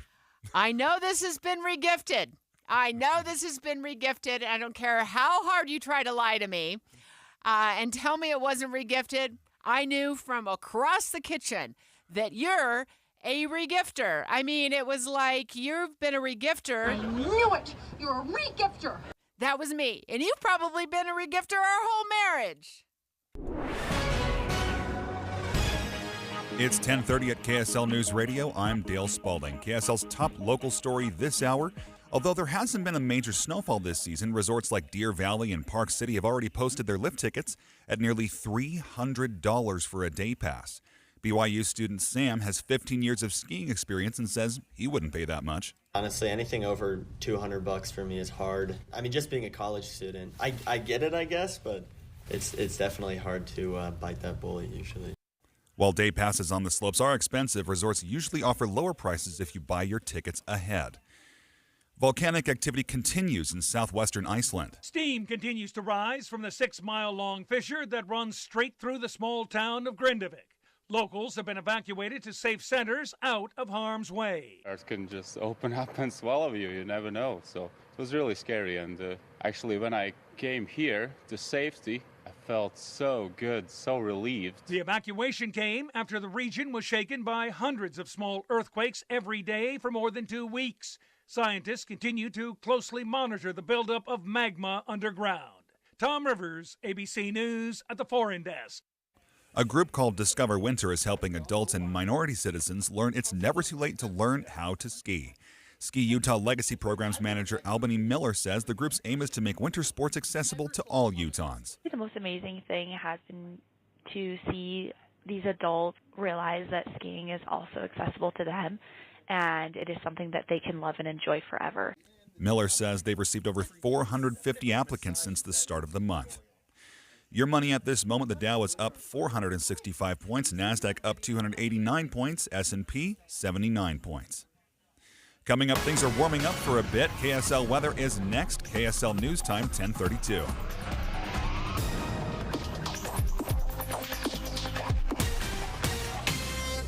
We have enough people running around Broadcast House at 4 in the morning to field a football team. Producers, reporters, the traffic team, and us. This is Tim and Amanda. Join us each morning from 5 to 9 on KSL News Radio. I set the smoke detector off the other day. Oh, no. Doing a little breakfast, cooking a little bacon, and of course it's 5 o'clock in the morning, so that, I think my family really appreciated that. But nevertheless, grateful that I had a smoke detector. But if you don't have one installed or you need an upgrade or something like that, let me tell you about Master Electrical. Master Electrical has exactly the services that you need. Whether it's for a smoke detector, you need new lights in that 1970s home, Dave. That's me. You can't just work with one lamp. You got to put some ceiling lights in. Those are the thing now. EV charger. Anything electrical, Master Electrical is your go-to, and I really, really love this upfront pricing guarantee. Yeah, what they do is they come in, they give you a bid, and that's what it's going to cost. You're not going to be surprised with some crazy upcharge, or if it takes a little longer than they expected, they're not going to hit you with all these extra fees and costs. What the bid is what it's going to cost. Master Electrical, proudly serving from Logan to Santaquin, and they are always open, including for emergency services. 801-543-2222. That's 801-543-2222. Or reach out online at masterelectrical.com. Be advised, this is a once-in-a-lifetime opportunity to save 40 to 80% on a hot tub and swim spa. This weekend only, Friday through Sunday, Mountain America Expo Center, Sandy. Be advised, this is a once-in-a-lifetime opportunity to save 40 to 80% on a hot tub and swim spa. This weekend only, Friday through Sunday, Mountain America Expo Center, Sandy. 18-month interest-free financing. Our factories have demanded we sell 1,000 hot tubs and swim spas this weekend. Mountain America Expo Center, Sandy. Huge factory incentives, factory rebates, this weekend only. Mountain America Expo Center, Sandy. We can remove your old hot tub. Free delivery of your new hot tub. Hot tub starting at $2,999. Mountain America Expo Center, Sandy. Free delivery of your new hot tub. Just relax and enjoy. Mountain America Expo Center, Sandy. Friday, noon to 8 p.m. Saturday, 10 a.m. to 8 p.m. Sunday, 10 a.m. to 6 p.m. Free admission, free parking, free delivery. Mountain America Expo Center, Sandy. Call 833-SPA-SALE or visit hottubandSwimSpaSale.com. Do you have an IRA or 401k? It's natural to think of this as being your money, right? But remember, you still have to pay taxes when you withdraw this money in retirement. And you could be paying a lot more in taxes on these accounts than you know. A lot more. Learn the strategies that can help you reduce or eliminate your taxes in retirement. Don't miss a special edition of Retirement Solutions Radio this Saturday afternoon at 3 o'clock, right here on KSL News Radio 102.7. Happy 62nd birthday, Granddad. Thanks, sweetheart. I got you this. A mug. What does it say? Beware. If you are 60 or older, you may be at increased risk of serious consequences from RSV, respiratory syncytial virus, compared to adults younger than 60. Not all dangers come with warning labels. Talk to your pharmacist or doctor about getting vaccinated against RSV today. RSV vaccines, including Pfizer's, are available. Learn more at bewareofrsv.com. Brought to you by Pfizer. Traffic and weather together brought to you by Granite Credit Union's new Dividend Plus checking account. Let's check in with the KSL Traffic Center. We've got good speeds all across the Wasatch Front. No delays right now. I-15 throughout Utah, Salt Lake, Davis, and Weaver counties. The earlier crash southbound 15 in Linden has cleared. All lanes are open. And you've got a good drive if you're coming out of Tooele County or going to and from Park City. Join the Utah Symphony for the greatest classical hits from the 1700s to today. Tickets start at $21. Get yours today at utahsymphony.org. Heather Kelly in the KSL Traffic Center. KSL weather right now, it's 54 degrees and fair weather outside. I'm Dale Spalding, KSL News Radio, 102.7 FM, 1160 AM, and KSLNewsRadio.com, Utah's news, traffic, and weather station.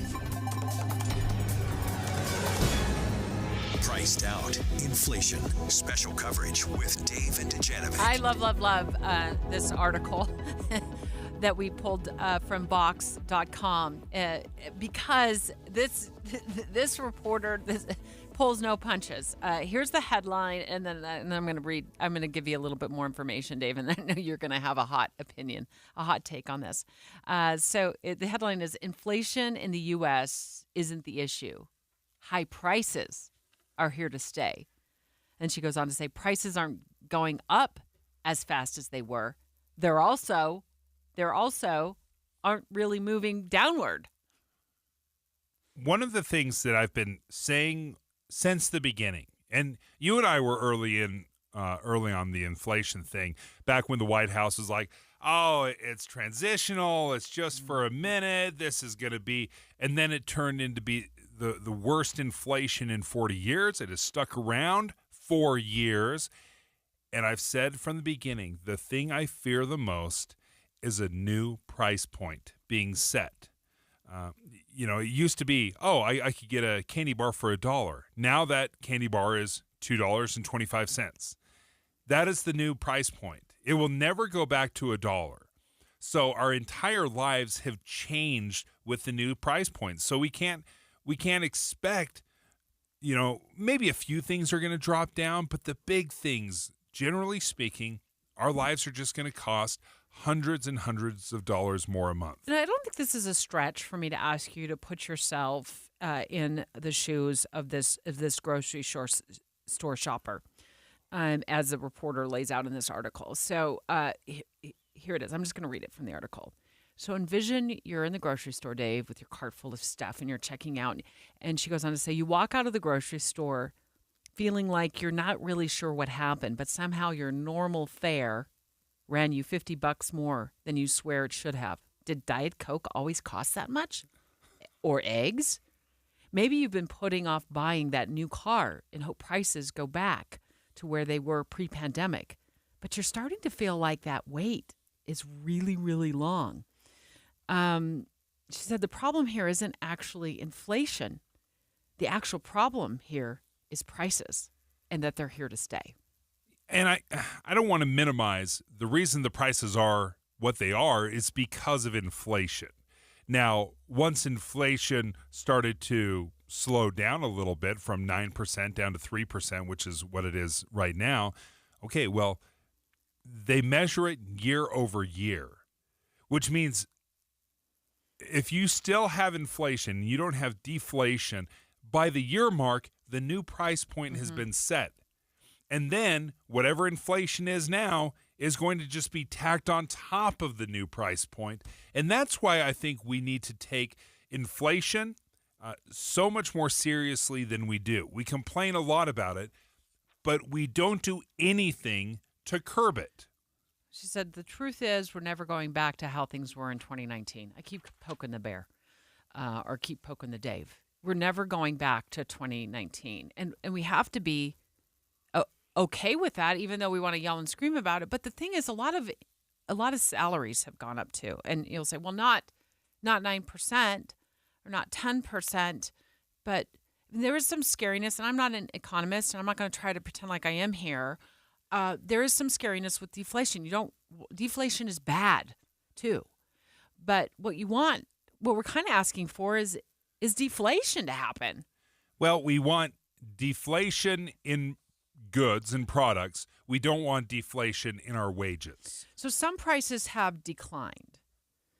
And remember back in 2021 when lumber prices, like if you were wanting to build skyrocketed.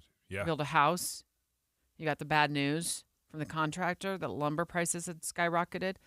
You were big with your complaints on eggs. They were even on the show, off the show, you were complaining about the price of eggs because you're like, that's the one protein I can feed my family for cheap.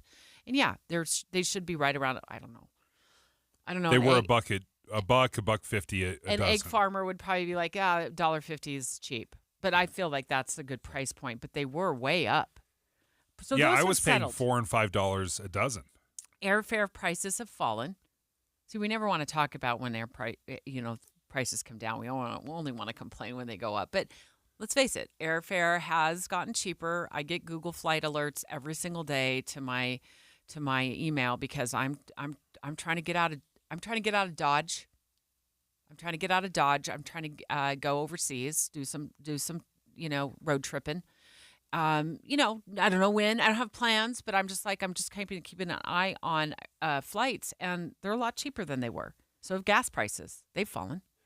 There's a few things, but overall, if you look at what you're paying now to what you were paying even last year or the year before, we are hundreds of dollars more a month as a family. Congress tracks this.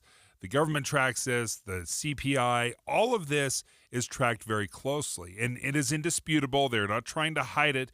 We are paying somewhere between $400 and $800 more a month as a family than we were just a couple of years ago. So the report, we're talking about an article that we found on Vox.com about inflation and the fact that the prices, inflation is no longer really the problem. Of course, the CPI released earlier today shows 3% year over year. At one point, we were at 9%. We were setting all-time records like that you weren't even hardly matched in the 1980s. Inflation in the U.S. isn't the issue. This reporter says high prices are here to stay. But there's some good news. Let's talk about the good news. So I've already given you some good news. I mean, come on, eggs. There we go. At Walmart, $1.50. Come on, stop complaining. Some prices aren't going to come down at all, she says. She reports, meaning your $7 latte. I know you don't drink coffee, but I do. Not often do I get a latte because it's $7. She says this isn't going to magically be like $5 like it was in 2015. But on the positive side, with inflation slowing, it's probably not going to cost you $11 next year. Okay. we can't minimize what's happened just because it's not going to continue to be bad. And I think what we're not doing right now is we're not examining what happened to cause such brutal inflation. What behavior did we do? We do this all the time. We spend. It's not just spending. It's, I would love it if it were that simple. Well, are you saying personal spending or government we were spending. We didn't really do a lot to slow our spending. Yeah, inflation is not up inflation. Personal spending. This is we what's print money, controlled. but we also continue to spend. I mean, part of the reason that the government increased interest rates was to slow spending, and they were having such a hard time getting their arms wrapped around it because we're like, we got money to spend because we got stimulus money to spend, and we don't want to save that stimulus money because who needs $1,000 in an emergency fund when we can spend this on a big screen television? So we were part of the problem. We were spending the money that the government gave us. Yeah, I know, but we were part of the problem. We still They told us to spend the money they were giving us. Even before they sent the money out, even before, no one had $1,000. Very few people had $1,000. Yeah. So we just like to spend as Americans. And the government is trying to get inflation under control. We don't care. We're still going to buy a big screen television. That is a debt problem. An inflation problem is the government. This is why I'm not an economist. Yeah. It's very the very job of the Fed is to control inflation. They do that through there we go, quantitative easing. Let's make it all super official if we're going to talk about it. But they're responsible for inflation. That is their only job, and they have failed mightily. And we've got to look at it and say, what can we do differently to make sure, and perhaps in part it's our own personal spending, but we have to say, this can't happen again. We cannot absolutely fall on our faces because these prices are never coming down. We just have to accept the fact that we just took a massive pay cut, that the dollar that you get from work every single day is worth less. Speaking of spending, you got to fly. Speaking of spending, EV chargers. EV chargers are going in all over Utah. Utah has a plan to bring more electric vehicle charging stations to the state. We're going to have a live interview with UDOT about that next.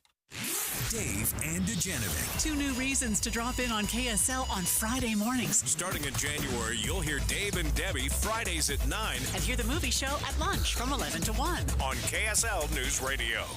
Advanced Window Products is having their biggest sale of the year. If your old windows let the winter cold seep in, now's the time to get the highest quality double-pane windows and custom insulated frames. Advanced Window Products is a local company that crafts beautiful precision frames right here in Salt Lake City for 37 years. And the magic is, they cut out the middleman. They build the windows, they install the windows, and they guarantee them for life. So you save on the highest quality windows and frames. Any style, any color, any questions? Yes, financing. They offer 60-month, 0% financing. They'll even let you put off the first payment up to 2 years, and while that's tempting to think about, the reason to call them right now is the biggest sale of the year. This month only, when they do your entire home of 10 windows or more, you get $3,500 off plus a free premium glass upgrade. So call Advanced Window Products right now, 801-850-9100, 801-850-9100, or advancedwindowsusa.com. Patrick was way behind on his IRS taxes. I was in way over my head. The total amount ended up being somewhere just over $30,000. $30,000. Then the IRS came to collect. Started getting letter after letter. A lien had been filed against me. They were going to basically hang me completely out to dry. He had to do something. That's when I reached out to Optima Tax Relief. Patrick's life quickly got a lot easier. It was very easy, pretty much hands off. They picked up the ball and ran with it. And how'd it go? I couldn't believe it. I had to ask 2 or 3 times. I saved an incredible amount of money. How does Patrick feel about Optima? Couldn't be happier. They definitely helped me. Optima Tax Relief, the best place to call. They're the best in the business. Do what Patrick did and call Optima Tax Relief for a free consultation. Call 800-343-6460. 800-343-6460. 800-343-6460. Optima Tax Relief. Testimonial from an actual client. Some restrictions apply. For complete details, please visit OptimaTaxRelief.com. Transform your old, outdated kitchen with half-price granite. For a limited time, half-price granite is offering special pricing starting at $25 per square foot installed. That's lower than most big box stores. These prices are some of the lowest around. Granite, quartz, marble, and quartzite, all starting at $25 per square foot installed. Call 801-486-1700 or visit halfpricegranite.com. Half-price granite, affordable luxury. Hello, this is former Utah Governor Gary Herbert. Salt Lake City is fortunate to have a mayor who cares more about results than partisan politics, and that's why I've endorsed Mayor Erin Mendenhall for re-election. We don't always agree on policy, but she's always willing to listen and to collaborate. Erin is crisis-tested and has proven to be a strong leader for Salt Lake City. I hope you'll vote Erin Mendenhall for mayor and return your ballot today. Learn more at erinmendenhall.com. Paid for by Erin Mendenhall for Salt Lake City. Enjoy Utah's beautiful snow and family fun with winter tubing at Soldier Hollow and Midway. Experience longer tubing lanes, shorter lines, and more fun. Book your session now at UtahOlympicLegacy.org.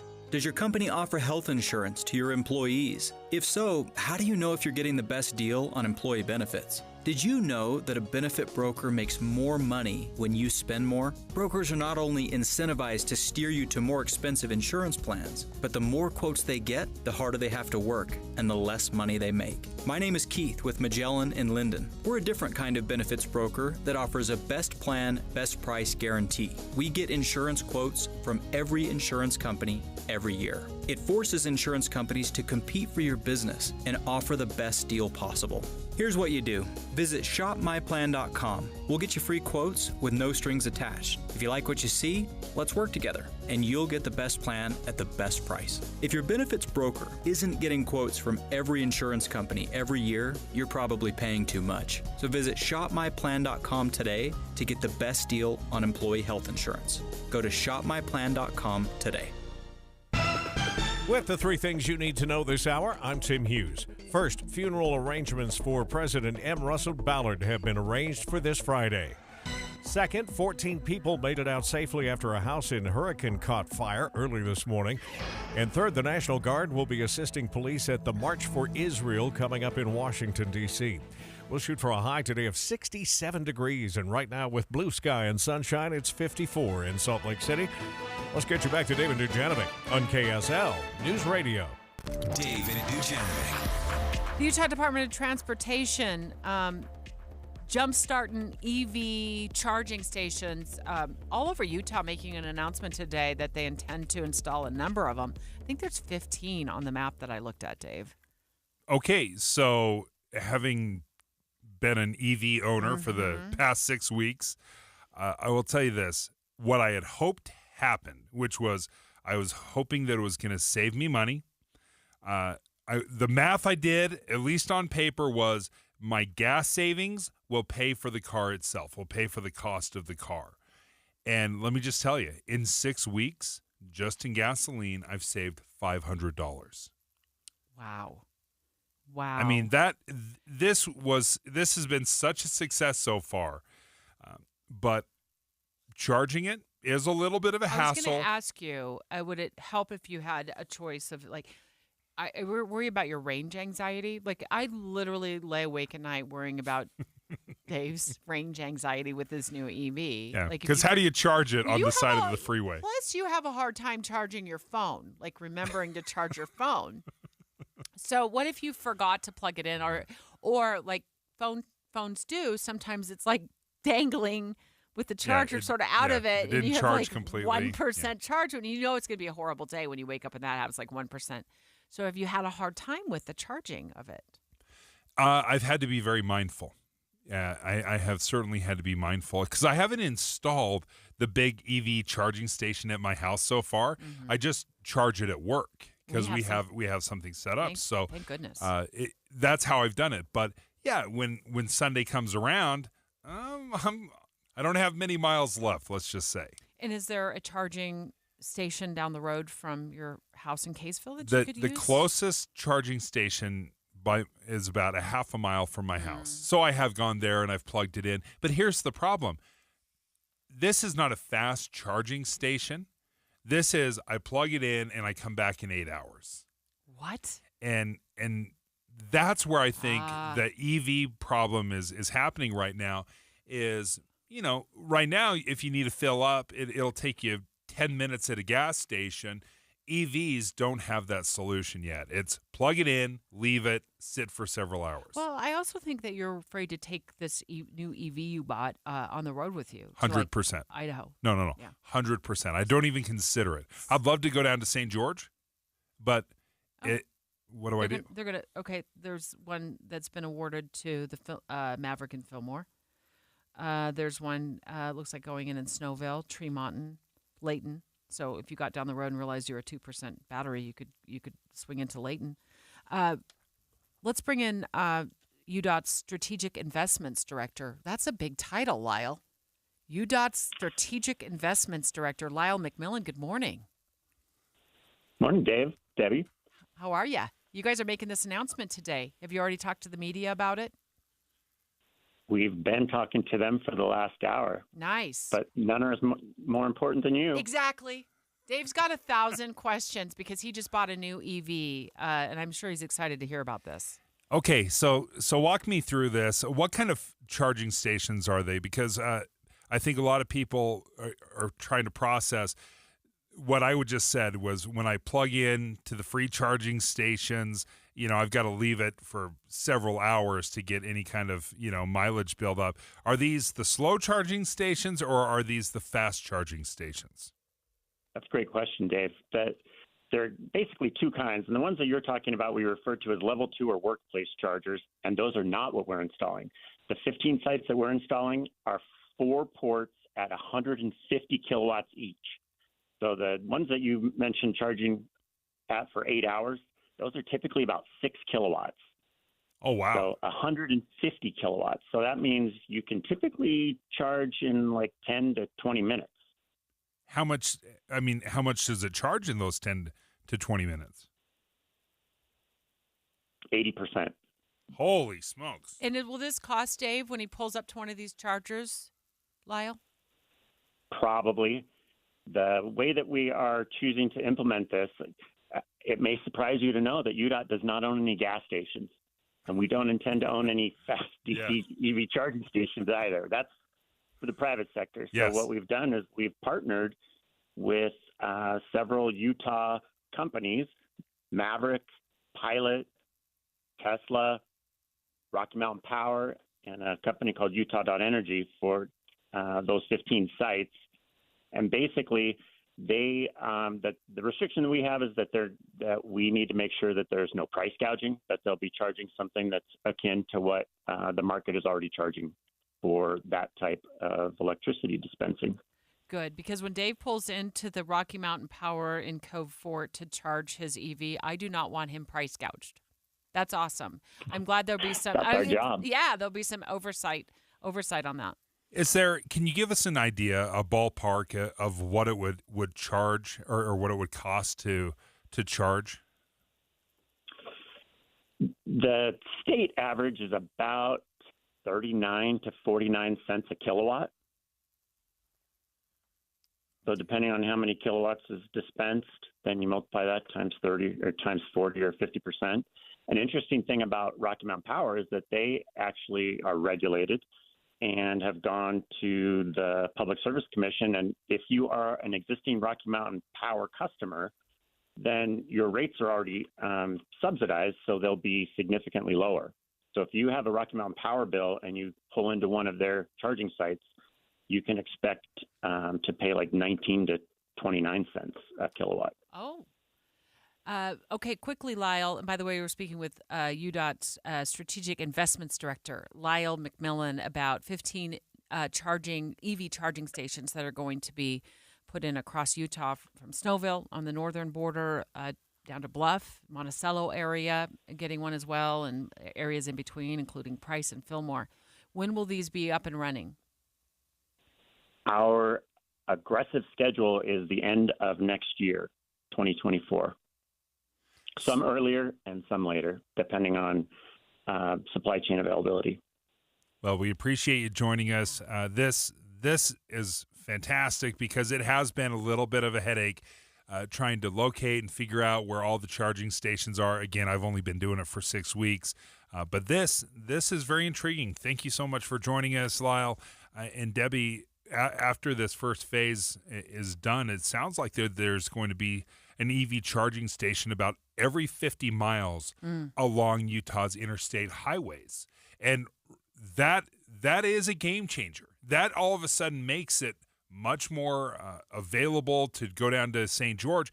If I just stop off maybe halfway, recharge for 10 minutes, for 10 or 20 minutes, that's a gas stop. We do that all the time.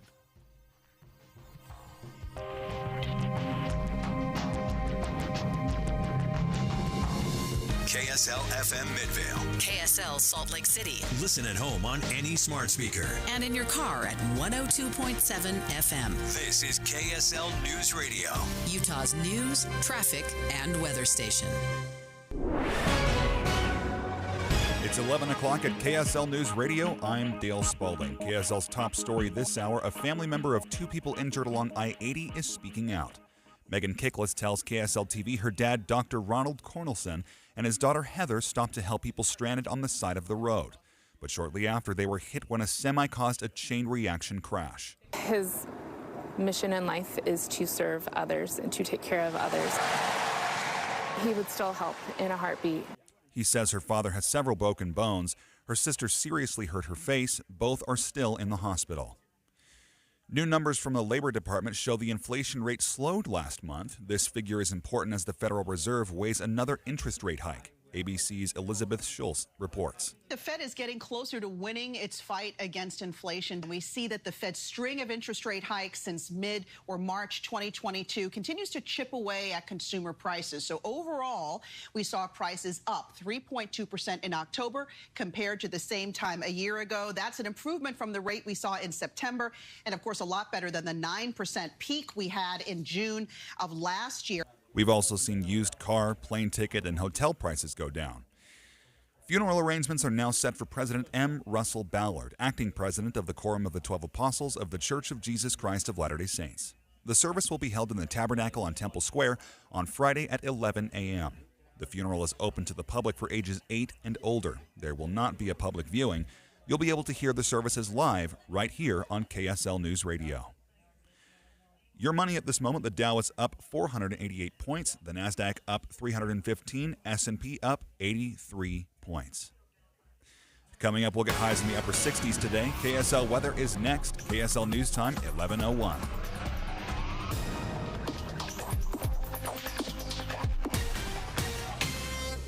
Early mornings can be hard enough, just getting yourself going. We try to make it a little easier with news and weather from comfortable, trusted anchors and reporters. Join us on Utah's Morning News between 5 and 9 on KSL News Radio.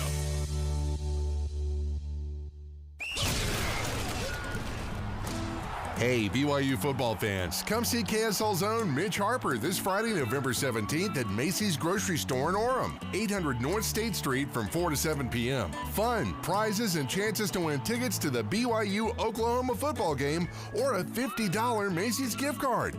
You'll have multiple chances to win every hour. And during the broadcast, be sure to visit the Macy's Meat Department and pick up some of their easy meals. They're all cut, seasoned, and prepared for you. Just put them on the grill or in the oven and you have dinner in a snap. Those meals are perfect for dinner or any tailgate party. So celebrate the football season and join KSL's own Mitch Harper this Friday, November 17th at Macy's Tailgate in Orem from 4 to 7 p.m. Food, activities for the family, and enter to win tickets to the BYU-Oklahoma football game or a $50 Macy's gift card. Macy's. Happy shopping.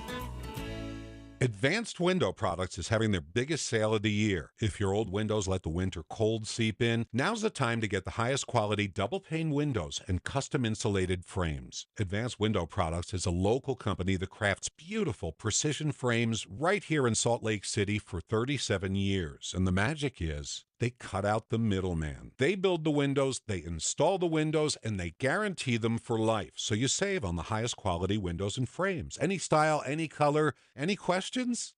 Yes, financing. They offer 60-month 0% financing. They'll even let you put off the first payment up to 2 years, and while that's tempting to think about, the reason to call them right now is the biggest sale of the year. This month only, when they do your entire home of 10 windows or more, you get $3,500 off plus a free premium glass upgrade. So call Advanced Window Products right now, 801-850-9100, 801-850-9100, or advancedwindowsusa.com. Be advised, this is a once-in-a-lifetime opportunity to save 40 to 80% on a hot tub and swim spa this weekend only, Friday through Sunday, Mountain America Expo Center, Sandy. Be advised, this is a once-in-a-lifetime opportunity to save 40 to 80% on a hot tub and swim spa this weekend only, Friday through Sunday, Mountain America Expo Center, Sandy. 18-month interest-free financing. Our factories have demanded we sell 1,000 hot tubs and swim spas this weekend. Mountain America Expo Center, Sandy. Huge factory incentives, factory rebates this weekend only. Mountain America Expo Center, Sandy. We can remove your old hot tub. Free delivery of your new hot tub. Hot tub starting at $2,999. Mountain America Expo Center, Sandy. Free delivery of your new hot tub. Just relax and enjoy. Mountain America Expo Center, Sandy. Friday, noon to 8 p.m. Saturday, 10 a.m. to 8 p.m. Sunday, 10 a.m. to 6 p.m. Free admission, free parking, free delivery. Mountain America Expo Center, Sandy. Call 833-SPA-SALE or visit hottubandSwimSpaSale.com. Traffic and weather together, brought to you by Granite Credit Union's new Dividend Plus checking account. Here's Ricky Meese. Valley Freeway traffic looking good, but right now I'm looking at a live shot and a KSL traffic trooper confirming this. This is in Bountiful. 500 west, 400 north. It is blocking some lanes of traffic, especially on the westbound side. You'll see it at the intersection. Use caution trying to get through that spot. For 2 days only, the Zero Res Food Drive is getting even better. Schedule your Zero Res cleaning today and pay just $25 per room when you donate to the food drive. Offer ends today. Call Zero Res for full details. Ricky Meese in the KSL Traffic Center. KSL weather today will be sunny with highs in the upper 60s. Tomorrow will cool down a little with some clouds in the afternoon. Right now it's 60 degrees and clear skies. I'm Dale Spalding, KSL News Radio, 102.7 FM, 1160 AM, and KSLNewsRadio.com, Utah's news, traffic, and weather station.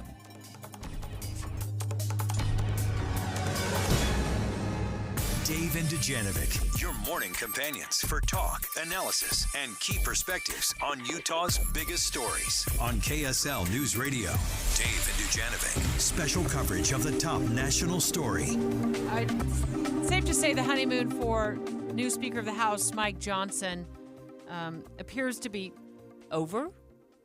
After weeks of Republicans trying to figure out who they want to lead, it now appears they don't like what their new leader is trying to do. This morning, House Speaker Mike Johnson clashing with his own party over how to avert a government shutdown, now just about 72 hours away. Johnson's plan is unconventional, splitting funding into two parts, keeping agencies like Veteran Affairs, Transportation, and Housing functioning until January, and the rest of the government until February. Johnson can only afford to lose 3 Republicans. At least a dozen say they will not support it, demanding deep spending cuts. That means Johnson will need bipartisan support to avoid a shutdown.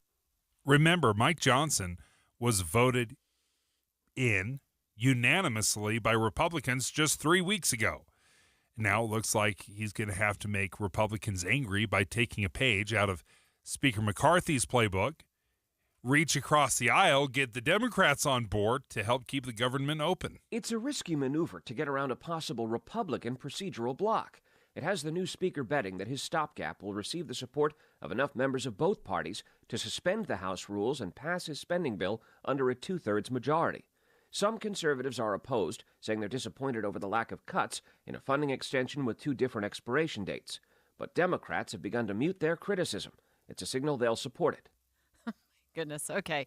So the reason the government didn't shut down on October 1 was because then House Speaker Kevin McCarthy passed a continuing resolution. Basically said, we're going to keep the government open. Keep spending the same until mid-November. All right. That'll give them enough time to hash out a budget.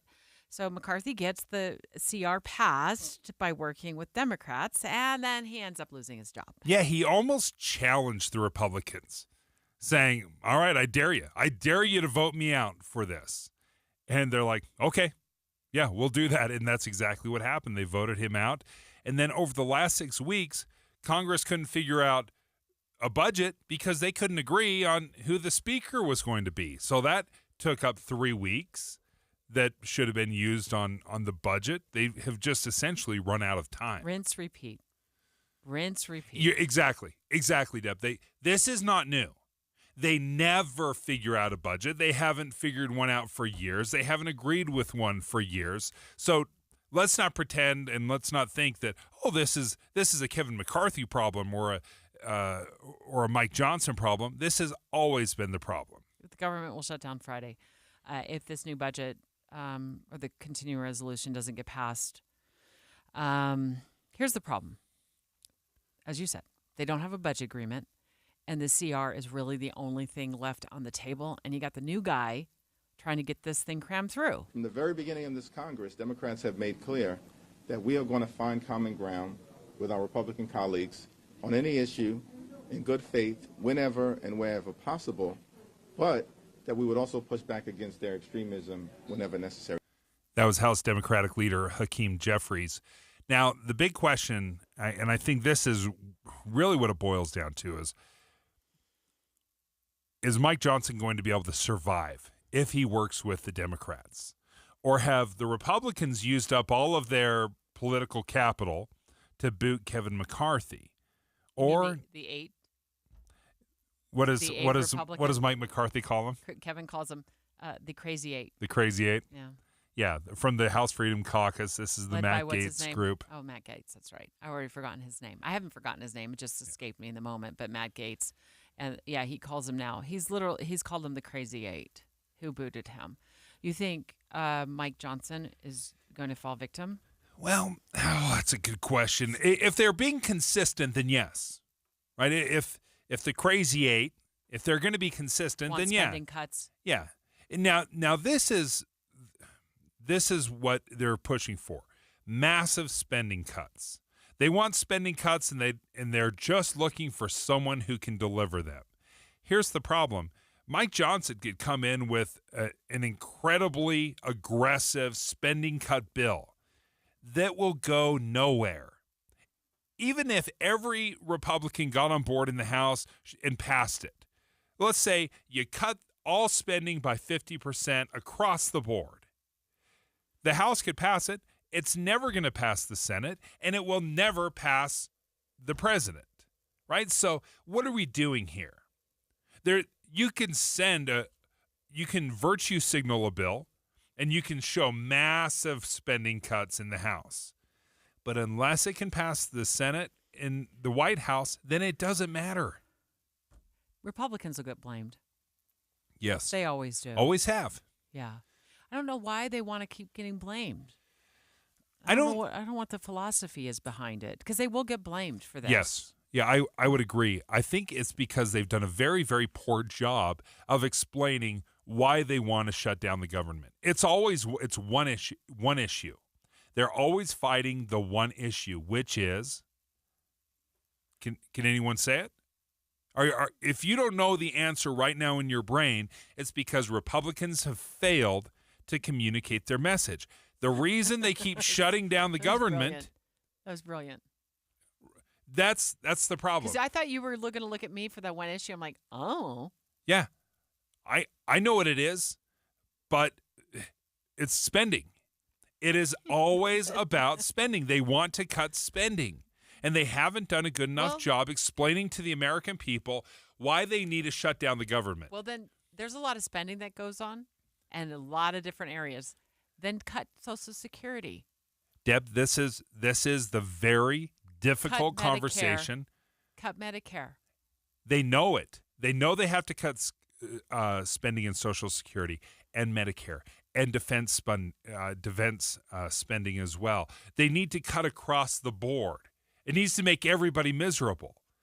But they play the exact same game that everyone else does, which is, we should cut spending, except my favorite government pet project or government entity. It's where they say, we're not going to touch Social Security and we're not going to touch military spending. So what are we going to touch? We're going to touch this small little sliver of discretionary spending, which is the equivalent of cutting your Netflix account. It doesn't matter. Mm-hmm. It doesn't make a difference. I have no problem with saying, and with the Republicans saying, we have to get spending under control. I 100% agree. I think if you were to talk to most Americans, they would look at the $33 trillion in debt that we've amassed, and they would agree. They would say, yes, we got to figure something out. But what we refuse to do is to go on a diet. We refuse to go on a financial diet. And that's why nothing changes. And it's one where you just can't cut alcohol. You know? Yeah, exactly. You can't you can't just cut out like, I'll just cut out Oreos. Mm-hmm. It's going to require, going with lean meats, no bacon. Yeah. Broccoli for breakfast, lunch, and dinner. Ooh. Until you get your weight under control. Next, let's keep our eye on Washington, D.C. The Supreme Court of the United States, the justices have adopted what they're calling a code of conduct.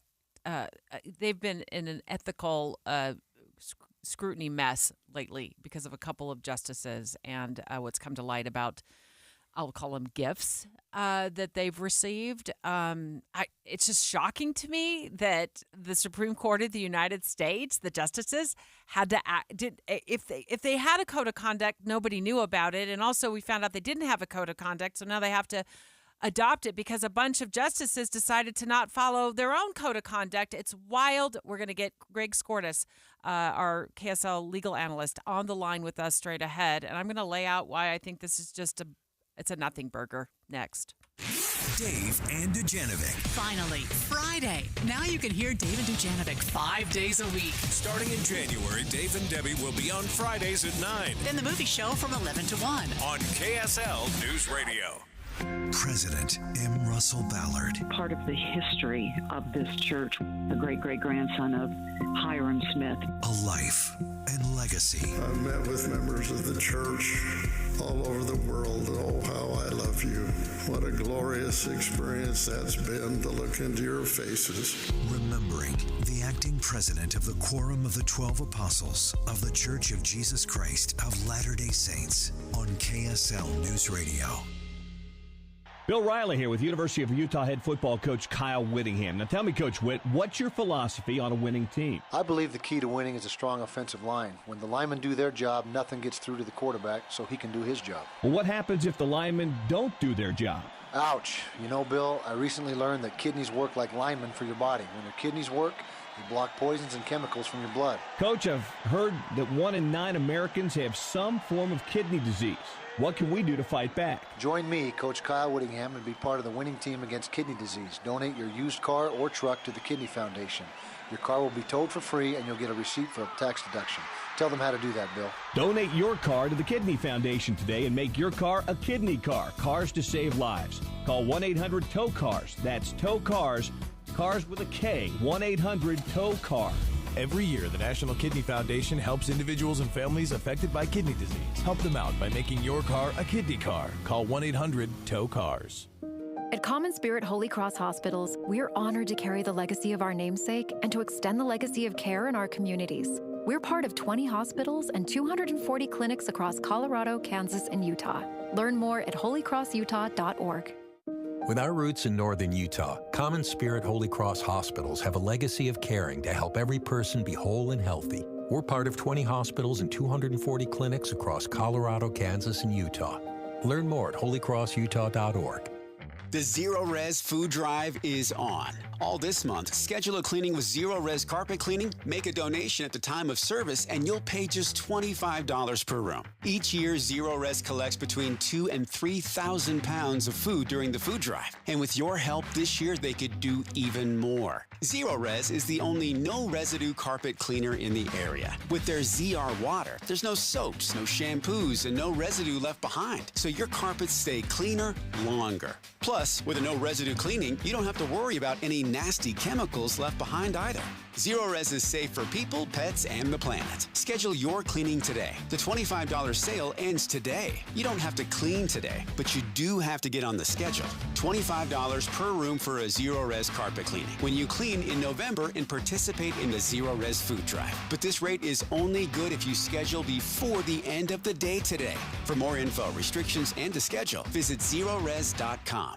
Les Olson IT has the office technology you need to take your business to the next level. Protect your business with state-of-the-art security cameras, sensors, alarms, and access control protocols. Get peace of mind with cybersecurity from our elite IT services team. Reach the next level of productivity, security, and success with Les Olson IT.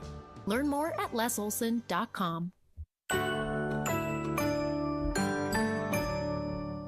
Cyprus Credit Union has got the ease and expertise for all your business needs. Ask Cyprus about payroll and HR resources, payment processing systems, lending needs, and more. Visit cypruscu.com. This holiday season, Unbottled wants to remind you that small acts of kindness can have a big impact. Through the support of local dairy farm families, Unbottled is demonstrating how a little dairy can help create lasting memories.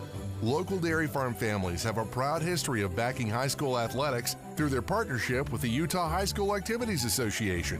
Dairy farmers through Unbottled provide free milk to all attendees of state tournaments, not just athletes who are competing. Plus, Unbottled is capping the year by participating in several events to benefit local nonprofits, along with bringing joy to first responders and other worthy groups in the community. Dairy foods provide protein to rebuild, hydration to refuel, and electrolytes to help your body recover after exercise. Learn more about how Unbottled is supporting youth, fueling athletes, and bringing a little joy to everyday heroes at unbottled.com. Unbottled is a Dairy West brand and proudly serves local dairy farm families. With the three things you need to know this hour, I'm Tim Hughes. First, funeral arrangements for President M. Russell Ballard have been arranged for this Friday. Second, 14 people made it out safely after a house in Hurricane caught fire early this morning. And third, the National Guard will be assisting police at the March for Israel coming up in Washington, D.C. We'll shoot for a high today of 67 degrees, and right now with blue sky and sunshine, it's 54 in Salt Lake City. Let's get you back to David Dujanovic on KSL News Radio. Dave and Dujanovic. I think that the Supreme Court adopting a code of conduct is one big fat nothing burger.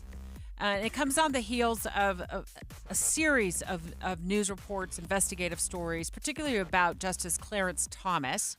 Here's what Forbes reported not too long ago. The justice has received at least 38 destination vacations, 26 private jet flights, 8 helicopter flights, a dozen VIP sport events passes, 2 luxury resort stays, and a standing invitation to a late billionaire's exclusive private golf club. My reaction? This is what happens in Washington. It doesn't surprise me. It doesn't surprise me at all. Do I think Justice Thomas is the only one guilty of this? I do not. I think everybody's in on the con. I think everybody's in on the game. Do you know how much members of the House of Representatives and Senators make a year? $174,000 a year. How in the world are they multimillionaires? Multimillionaires. Do you know how much an associate justice of the Supreme Court makes? $275,000 a year.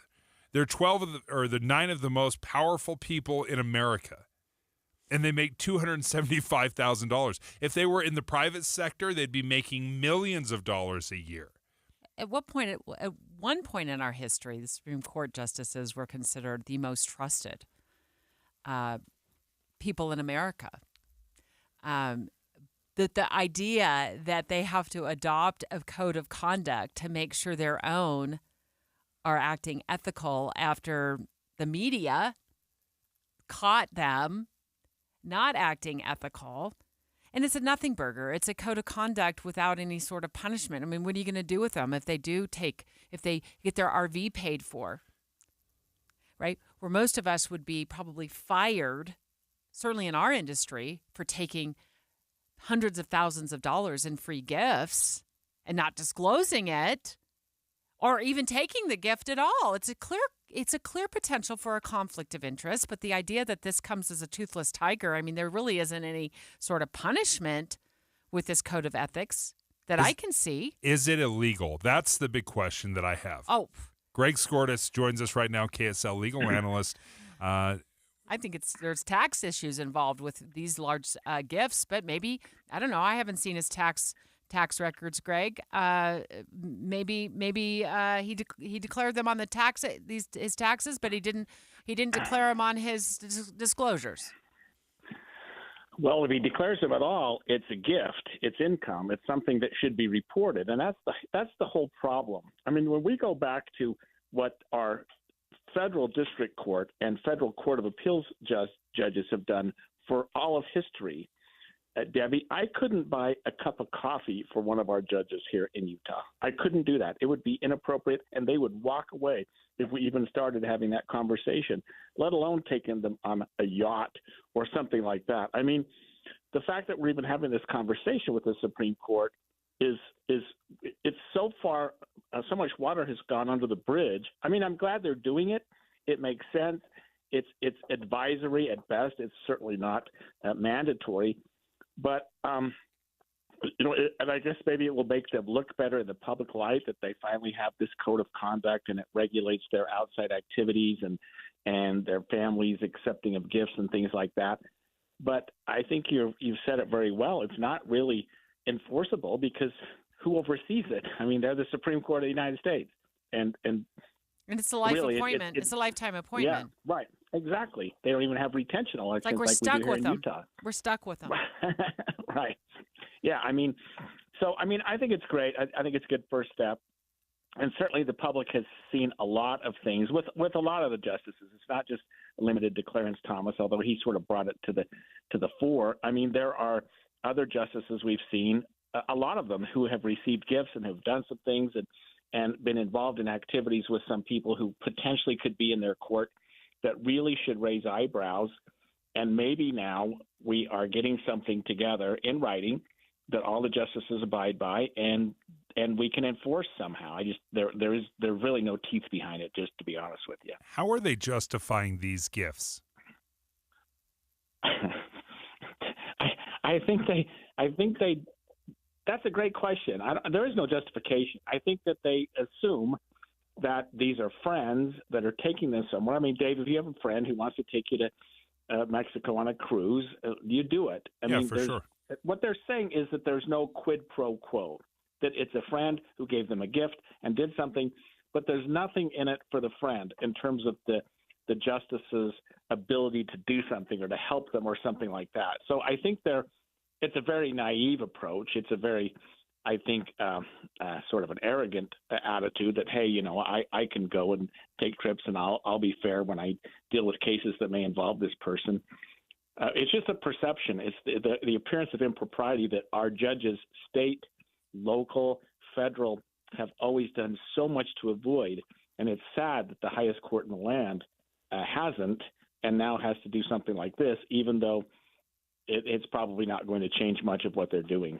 Greg, one of the things that always stood out to me, and it has stood out to me for a long time, is I look at how much we pay our members of the Senate and the House, or even at the Supreme Court. These are some of the most powerful, influential people in the world, and we pay them, quite honestly, a pittance.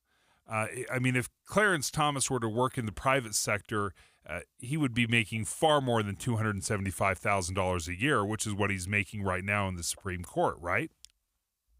Yeah, no question about that. And we assume that with our public officials. But he could pull his name from consideration. But right? I mean, he doesn't have to go before the Senate for confirmation. He could have said, look, this money, whenever he was appointed back, I think it was in the 1980s, when he was having his hearings, he could have pulled his name and he said, look, the $200,000 you're paying me back then just ain't enough.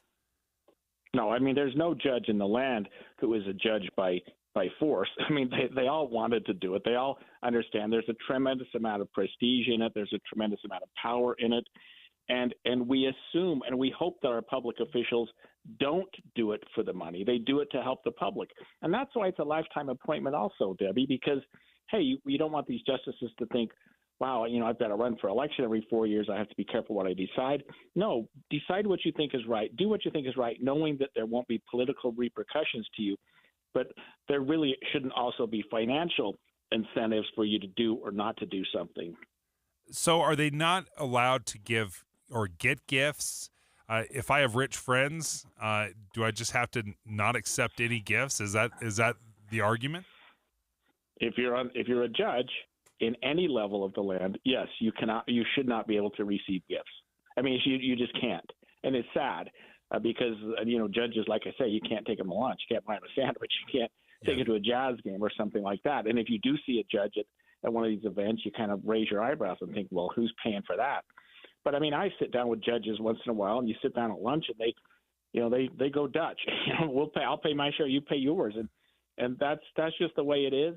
It's the way it's always been in the 41 years I practiced law, and it's the way it always should be. And notwithstanding that they take a cut in pay, there are people lining up to be judges. Every time there's a position open at our state court, our Supreme Court, our courts of appeals, there are a lot of people who are throwing their name in the hat. So there are reasons to do that type of job other than financial. I think that, and thanks, Greg, so much. Greg Skordas, our KSL legal analyst, on the line with us, talking to us about this new code of ethics. I say that in air quotes. Code of ethics that the Supreme Court of the United States has adopted. I think the toothpaste is out of the tube. I think the public opinion of the Supreme Court's in the dumps. I don't know if it's coming back anytime soon. And it's this court. It's this court that's ruined that. Well, I think politics has ruined this. I think this is not new. I'm sure gifts have been a thing forever. I say that without having any proof whatsoever. That being said, I know how Washington works. We've seen how many members of Congress are multi-millionaires on a very modest salary, comparatively speaking, to live in the richest place or the most expensive place in the country. I think Washington is corrupt. This just probably adds more fuel to the fire. Next, the 4% rule for retirement is back. If you're like, what is the 4% rule? Oh, stand by. We'll tell you. It's 11:30 at KSL News Radio. I'm Dale Spalding. KSL's top story this hour. Our national story this hour from ABC News. A White House report on climate change suggests every area of the U.S. is seeing negative effects as the planet warms. ABC News Chief Meteorologist Ginger Z reports. Global temperatures have increased faster in the past 50 years than any time in the past 2 millennia. Greenhouse gases are higher today than any time in the last 800,000 years. The drought in the southwestern U.S. is the most severe in the last 1,200 years. President Joe Biden wants to allocate an additional $6 billion to fight the effects of climate change. The American Lung Association of Utah just released their 6th annual State of Lung Cancer report, revealing Utah's best of the country ranking for lowest lung cancer cases and smokers. Nick Torres with the association says their goal isn't just to highlight the positives, but also where we can do better, like screenings. Well, I think our primary goal is really that lung cancer screening saves lives. And so if we can promote this report and we can promote our options for screening and prevention and treatment options, I think we can save more and more and more lives. Utah also ranks higher for radon exposure, the #1 cause of lung cancer for non-smokers. Funeral arrangements for President M. Russell Ballard, acting president of the Quorum of the 12 Apostles of the Church of Jesus Christ of Latter-day Saints, will happen Friday. The service will be held in the Tabernacle on Temple Square from 11 a.m. to 12 p.m. Your money at this moment, the Dow is up 505 points, NASDAQ up 324 points, the S&P 500 up 86 points. Coming up, temperatures will reach 60 degrees and higher today. KSL weather is next. KSL News Time at 11:32.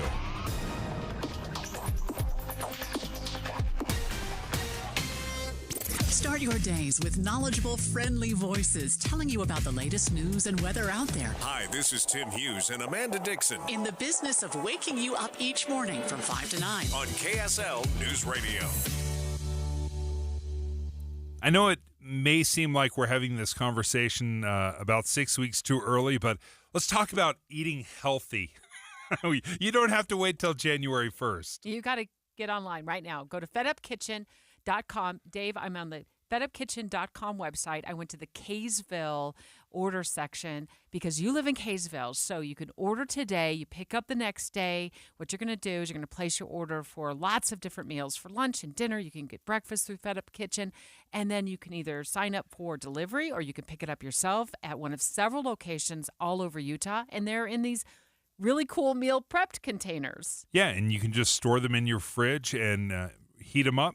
Eat and eat. It's very easy. These are delicious, fresh, high in protein meals, low in carbs and fats. No sugar is added to the meals, so they're a very, very healthy option.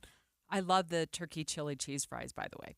And I did notice that you can also check the macros on the meals. They give you this really cool QR code on the bag they send you home with, full of meals, and you could check the different meals and the macros. And some of the meals that I was eating were like 350 calories. And the nice thing about this is there's a female portion size and a male portion size you can order. Yeah, because they understand you may want to control your calories. So check out more. Go to the website. fedupkitchen.com is the website. Learn more. And it's very easy, very affordable. fedupkitchen.com. Utah FTW 360, giving you player profiles, game stats, exclusive videos, and a brand new Ram 1500. At the end of the year, one lucky fan will win a Ram 1500, and you can also win prizes like free tickets and signed merch each week. Anyone who downloads the app is entered to win, so get Utah FTW 360 today. Winners track may vary, no purchase necessary. Giveaway starts at 12 a.m. Mountain Time on September 1st, 2023, and ends at 11:59 p.m. Mountain Time on December 31st, 2023. Open only to legal residents of the state of Utah, U.S., who are 21 or older with internet access and valid email address. Limit one entry per person, household, or email address. See official rules at ftwin360.com/truck giveaway for full details. Void where prohibited. Be advised, this is a once-in-a-lifetime opportunity to save 40 to 80% on a hot tub and swim spa. This weekend only, Friday through Sunday, Mountain America Expo Center, Sandy. Be advised, this is a once-in-a-lifetime opportunity to save 40 to 80% on a hot tub and swim spa. This weekend only, Friday through Sunday, Mountain America Expo Center, Sandy.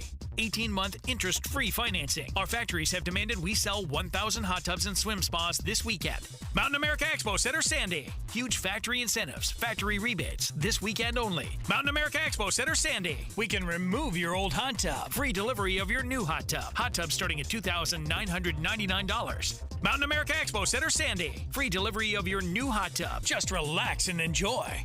Mountain America Expo Center, Sandy. Friday, noon to 8 p.m. Saturday, 10 a.m. to 8 p.m. Sunday, 10 a.m. to 6 p.m. Free admission, free parking, free delivery. Mountain America Expo Center, Sandy. Call 833-SPA-SALE or visit hottubandSwimSpaSale.com. If that sound gives you nightmares, there's a cheap and easy way to avoid engines not firing. Stable, America's #1 fuel stabilizer, ensures quick and easy starts after storage. Stable's proprietary formula keeps fuel fresh for 2 years, outperforming competitors. Pour Stable in your gas can or directly into the tank of your car, truck, hybrid, boat, ATV, motorcycle, or lawnmower to prevent fuel-related engine problems that cost time and money. When you store, start with Stable. Any Hour Services can help you make sure your furnace keeps you warm this winter. Whether you need a tune-up, a repair, or a second opinion about replacing it, call Any Hour Services or visit anyhourservices.com. Food brings people together. But for many families, figuring out where their next meal is coming from is a challenge. We can use your help by participating in Macy's annual Harvest of Hope food drive to benefit the Utah Food Bank. Now through November 30th, purchase a prepackaged bag of food at any Macy's store or donate online at Macy's.com. Together, we can make a difference in our communities. From Macy's and KSL News Radio. Traffic and weather together brought to you by Granite Credit Union's new Dividend Plus checking account. Here's Ricky Meese. Cleanup continues on the crash in Bountiful at the corner of 500 West 400 North. That's been affecting westbound traffic as well as the northbound turn lane. Then on the Valley freeways, no delays, but we have a crash in Murray on northbound I-15 after 5300 south on the right shoulder. Live at the Eccles presents Gentry, the Gentleman Trio on November 24th and 25th, 2023 at the Eccles Theater on Main Street in downtown Salt Lake City. Ricky Meese in the KSL Traffic Center. KSL weather right now is 63 degrees and sunny in Salt Lake. I'm Dale Spalding, KSL News Radio, 102.7 FM, 1160 AM, and KSLNewsRadio.com, Utah's news, traffic, and weather station. Right on the money. Special coverage with Dave and Dujanovic. Okay, the 4% rule for retirement is back. First of all, I didn't know there was a 4% rule. Second, I just figured out what the 4% rule is. Did you know what it was? Debbie, I have no idea what you're talking about. Wall Street Journal is reporting that the 4% rule for retirement is back, Dave. I was leaning on you. Awesome. I can live on 4% of what I'm living on right now. That's what I hope you mean. Thank goodness we're going to bring certified financial planner Shane Stewart on the line in just a moment. But, okay, I've read through the article. I've read through it 3 times. You are welcome. Taking one for the team. 3 times over. The 4% rule is you can take 4% out of your retirement fund to live on each year. Okay. So let's say you've amassed $1 million in a savings account, in a 401k or whatever, your IRA, under your mattress for retirement. They're now saying because things are starting to kind of cool down with inflation, you can move that amount from 3.3%, which was recommended just a couple of years ago. You can move that up to 4% for retirement. So you can spend 4% of your nest egg, so to speak? Yeah, what is that equal? $40,000 if it's $1 million. Like that's the congratulations you're giving me. Hey, don't worry about it, Dave. When you retire, I'm going to let you live on $40,000. Well, here's the good news. You, my friend, are going to reach $2 million in that nest egg. So now we're going to bump that up to $80,000 a year. But you've got other things you're relying on for retirement, right? You're going to rely on Social Security. Okay. Maybe some have a little pension. Yeah. Right. Social Security is going to be what, about $18,000 a year? Mm-hmm. Okay. But you and your wife will both collect Social Security, so now you can bump that up to $28,000 a year. But look how quickly that adds up. It goes from $40,000 now to we're at $68,000. $65,000 a year. Shane, you got to save me here.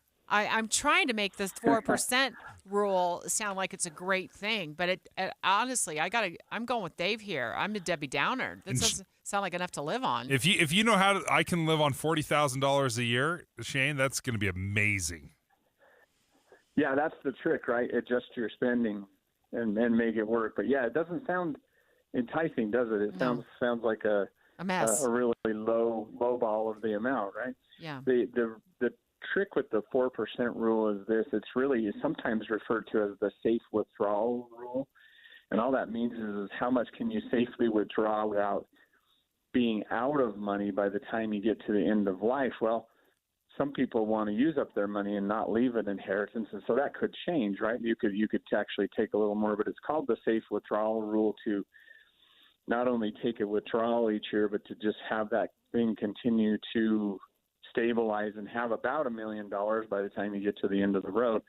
It's also interesting about a rule of thumb is it's just that, a rule of thumb, because the 4% rule held true for decades, and then all of a sudden when we had our recent issues, they went, oh, wait a minute, with the bond yields the way they are right now, better adjust that to 3.3%. Now it's back to 4% because bond treasury yields are back up to about 4.5% when they were about 0 in 2020. And so bond yields being back up, which is what most people who are retiring have a lot of bonds, that's why it's back to 4%. Okay. So when I'm looking at that 4%, when we hear people say, oh, I'm just living off the interest, is that essentially what living the 4% rule is? That's what the safe withdrawal or 4% rule is really mostly living off of the interest or what the account has generated for the year and to keep it safe.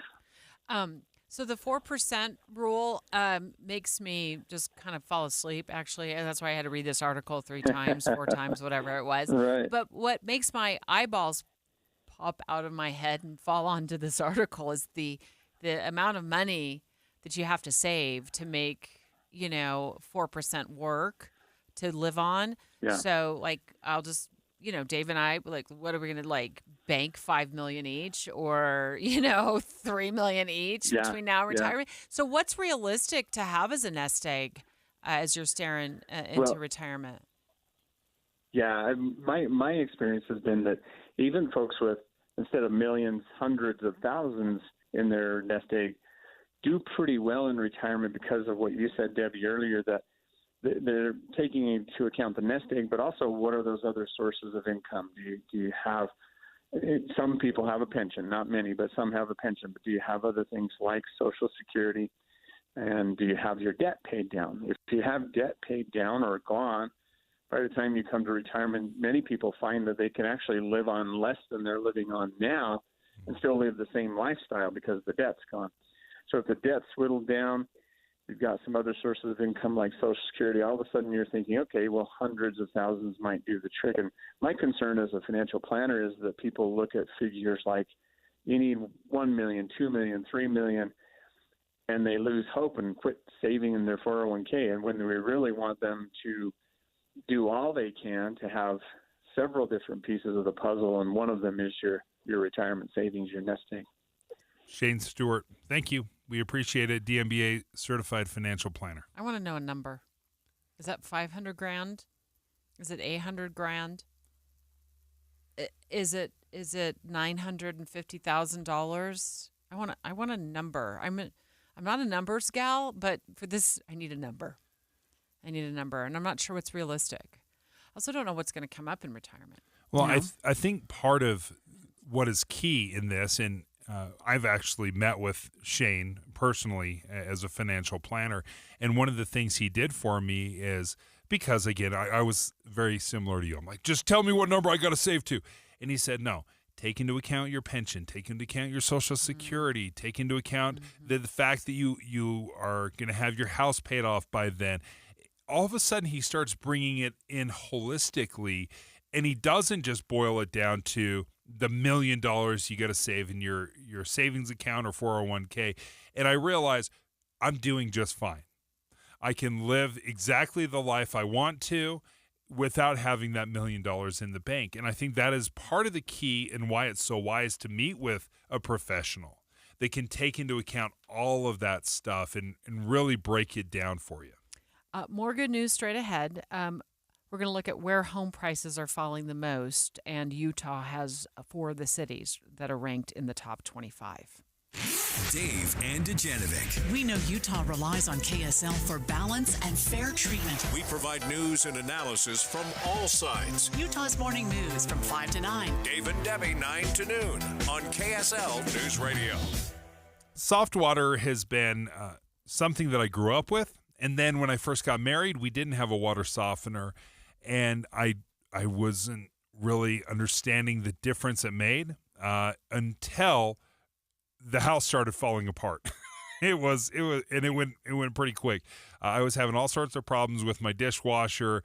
I had to spend a ton of money on expensive chemicals to try to get the glasses clean. There were hard water spots all over the place. Then there was a hard water buildup on my dishwasher water line that ruptured and flooded my kitchen down into the basement. I started realizing my skin is so brutally dry because of this hard water. So I called Connecticut of Utah. I had them come out to the house, and they reminded me of all the things that soft water does for my home, both, the hidden behind the cabinet stuff work that it does, and also the dry skin that my family really struggles with. And we have been so happy with it. We've been about 9 years in with this soft water, and it has been fantastic. I can't believe I went as long as I did without soft water. So if you're ready to make the change, learn a little bit more, invest in your house, give Connecticut of Utah a call, 801-576-8600. That's 801-576-8600. Or check them out online at softwaterutah.com. When it comes to making plans, you are the best. What about those round trips that you plan in advance, which are perfect on your way there and perfect on your way back? Or those meetings with friends for which you make a group chat 3 months before so that nobody or anything is missing? Or your daughter's first birthday party. You planned it with such dedication that instead of the first, it felt like our 15s. The same way you plan each detail for those moments. Start planning to protect you and your loved ones from a natural disaster. Sign up for local weather and emergency alerts. Prepare an emergency kit and make a family communications plan. Protecting your family is the best plan you can make. Get started at ready.gov/plan. Brought to you by FEMA and the Ad Council. Introducing Yes, heating, air conditioning, plumbing, and electric. We're bringing all of Utah's favorite HVAC, plumbing, and electrical brands under one roof. Maximize your energy savings with a new energy-efficient heating and cooling system from Yes, and you could save up to $4,500 through possible tax credits and other discounts. Purchase a new system today, and Yes will buy back your old inefficient HVAC system. Visit theyesmancan.com to schedule your appointment. Call now or visit theyesmancan.com for details, terms, and conditions. Autoliv ASP Incorporated has an opening for Application Engineer 1 in Ogden, Utah. This position allows telecommute or working remotely 2 days per week and requires up to 10% domestic and international travel. Duties include assisting in the application level design and development of automotive safety systems and products. To apply, mail resume referencing job code AE1025UAM to Autoliv, Leanne Dickerson, 3350 Airport Road, Ogden, Utah 84405. This is Derek Miller speaking on business. There are many great design firms in Utah, and one of those is GSBS Architects in Salt Lake City. Kevin Miller, President and CEO, tells us more about what they do. GSBS Architects has been a local fixture for 44 years. We've been fortunate to partner with Utah businesses, municipalities, schools, and other entities to enrich lives in very tangible ways. Some of our more familiar local projects include the Olympic Speed Skating Oval, the Natural History Museum of Utah, the Salt Lake City Public Safety Building, and the lodge atop Hidden Peak at Snowbird. In our work, GSBS Architects aspires to preserve our planet through sustainable architecture, to beautify our communities through smart landscape design, to promote equity and opportunity through community planning, and to improve people's well-being through healthy interior and experiential design. Most people never work with an architect, but what we do still affects them directly. We take that responsibility seriously as we strive to improve the spaces in which we all live, work, and play. GSBS Architects incorporates sustainable, high-performance building systems and energy efficiency, resulting in designs that lower long-term costs with minimal maintenance. Find out more at the company's website. I'm Derek Miller with the Salt Lake Chamber, speaking on business. With the three things you need to know this hour, I'm Dale Spalding. First, funeral arrangements for President M. Russell Ballard have been arranged for Friday at 11 a.m. at the Tabernacle. Second, 14 people made it out safely after a house in Hurricane caught fire early this morning. Third, 15 new fast-charging sites for electric vehicles will be built by the end of 2024. Right now, it's 63 and sunny in Salt Lake City. Back to David Dujanovic on KSL News Radio. Dave and Dujanovic. Found this on Deseret.com. Our friends at the Deseret News writing about the cities across America where home prices have dropped the most. 4 of those cities on the top 25 list that the D-News has put together are right here, smack dab in Utah. And I think this is great news. I think this is great news for first-time home buyers. Well, great news in the sense that down is way better than the skyrocketing up that it has been for the last several years. But it's a little down. It's not a huge amount. Mm-hmm. Well, it's better than paying more. Yes. Yeah. So I'll get to that list in just a moment, but I want to set the scene because we've got home prices across the United States up. So the market in general has been pretty resilient given high interest rates. We call them high. People who were buying homes in the 80s would say that's nothing compared to what we were paying, but over 7%, kind of settled down. They were inching towards 8% in Utah, but I've noticed they're kind of just maybe a little bit of a creep downward, so that's more good news. I'm trying to be glasses half full here, Dave. Don't go glasses half empty on me. So home prices, $406,000 across the United States, median home price for the third quarter 2023, according to D-News. That's up 2%, a little over 2% from this time last year. So, it's a little bit of a mixed bag when you start looking at all the numbers. But I think to your point, more importantly, what's going on here in Utah, it's down in some areas, but not that much. Yeah, and when you start looking at what the median U.S. home price, it doesn't do a lot of good for us here in Utah because we're one of the hottest markets in the entire country, and we have been for a couple of years now. We have seen, and if you're a homeowner, this has been great news for you. You've seen the value of your home skyrocket. Mine's, honestly, in the last 10 years, probably doubled, at least doubled in value. So I'm excited about that. But that being said, it's all on paper, though. It's all on paper. It really is. I mean, it's I'm not. I mean, your net cashing worth. in any of that. Dave's rolling in net worth. Yeah. I mean, Google him. Yeah. You know, Dave Noriega's net worth because his home has doubled in value, but it's all on paper. You're not putting that money in your savings account. I want to get to this list here, Dave. I'm looking at the list. So there's 25 cities on this list that Katie McKellar's written about for the Deseret News. You can find this, by the way, at Deseret.com. We appreciate their hard work, so check them out there. Austin, Texas, 10% drop, and they're the worst. Surprisingly, Honolulu's better off than Austin, Texas in terms of price drop, about 6% in Honolulu. And then there is the resort town of Jackson, Mississippi. Their housing prices have dropped about 5%. And then you go to the other resort town of Shreveport, Louisiana, their home price. What is going on in these places? Their home prices are dropping there 4.6%. Then you get to, but number 6 is St. George. They've enjoyed a setback of 3.6%. And their number 7 on the list is Provo at 3.5% price drop. Okay, so if we're looking at how much the average house costs in St. George, it's somewhere between $550,000, $650,000. So if you take 3% of that, then the home prices have dropped maybe $20,000, $25,000. So if you're talking about a $600,000 home, does it all of a sudden become more affordable at $575,000? The better news is the housing market has slowed. So you're not going up as a new buyer against, likely, not always the case, I get it, multiple offers that drive up the prices and start a bidding war.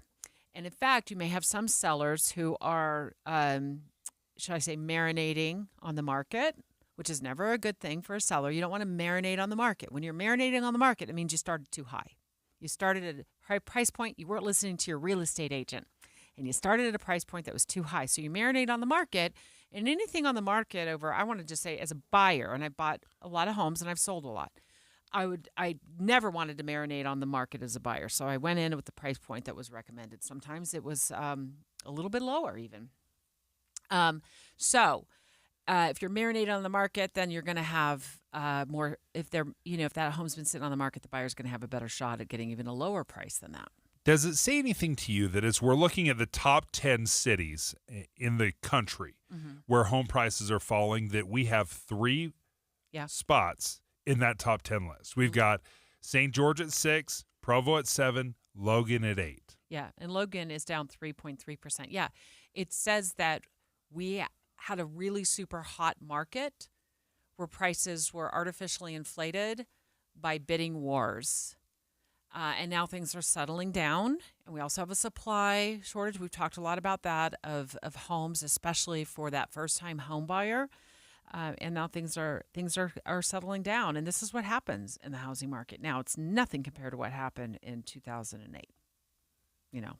When prices were artificially inflated because of rampant fraud. Yeah. Absolutely rampant terrible fraud. Loans. Yeah. I did a ton of reporting on that. That was like plucking apples off of an apple tree. You could do a story a minute on the amount of fraud that was going on in Utah and across the country. But in Utah, there was so much fraud, and people were getting homes fraudulently and lying on their applications left and right to get into the hot housing market at the time. It backfired on a lot of people, and a lot of short sales and a lot of foreclosures, and some prison time for some folks. Salt Lake City, Utah. So you're wondering where we're at. We're down 23 on the list if you're living in Salt Lake City. You've only seen a 1.2% dip in overall median housing prices in Salt Lake City. When we look at the growth over the last 3 years, we had seen double-digit growth in the housing market. We had seen 10, 20% some years, year over year. And it did get it was frenetic. We were caught up in the moment. Everybody was just desperate to get into a house. So to see it back off a little bit, I think is trending in the right direction. We have to be a little bit careful, I think, how much we celebrate, because if all of a sudden these home prices start dropping 3.5%, 4% year over year, then all of a sudden you are upside down on your house.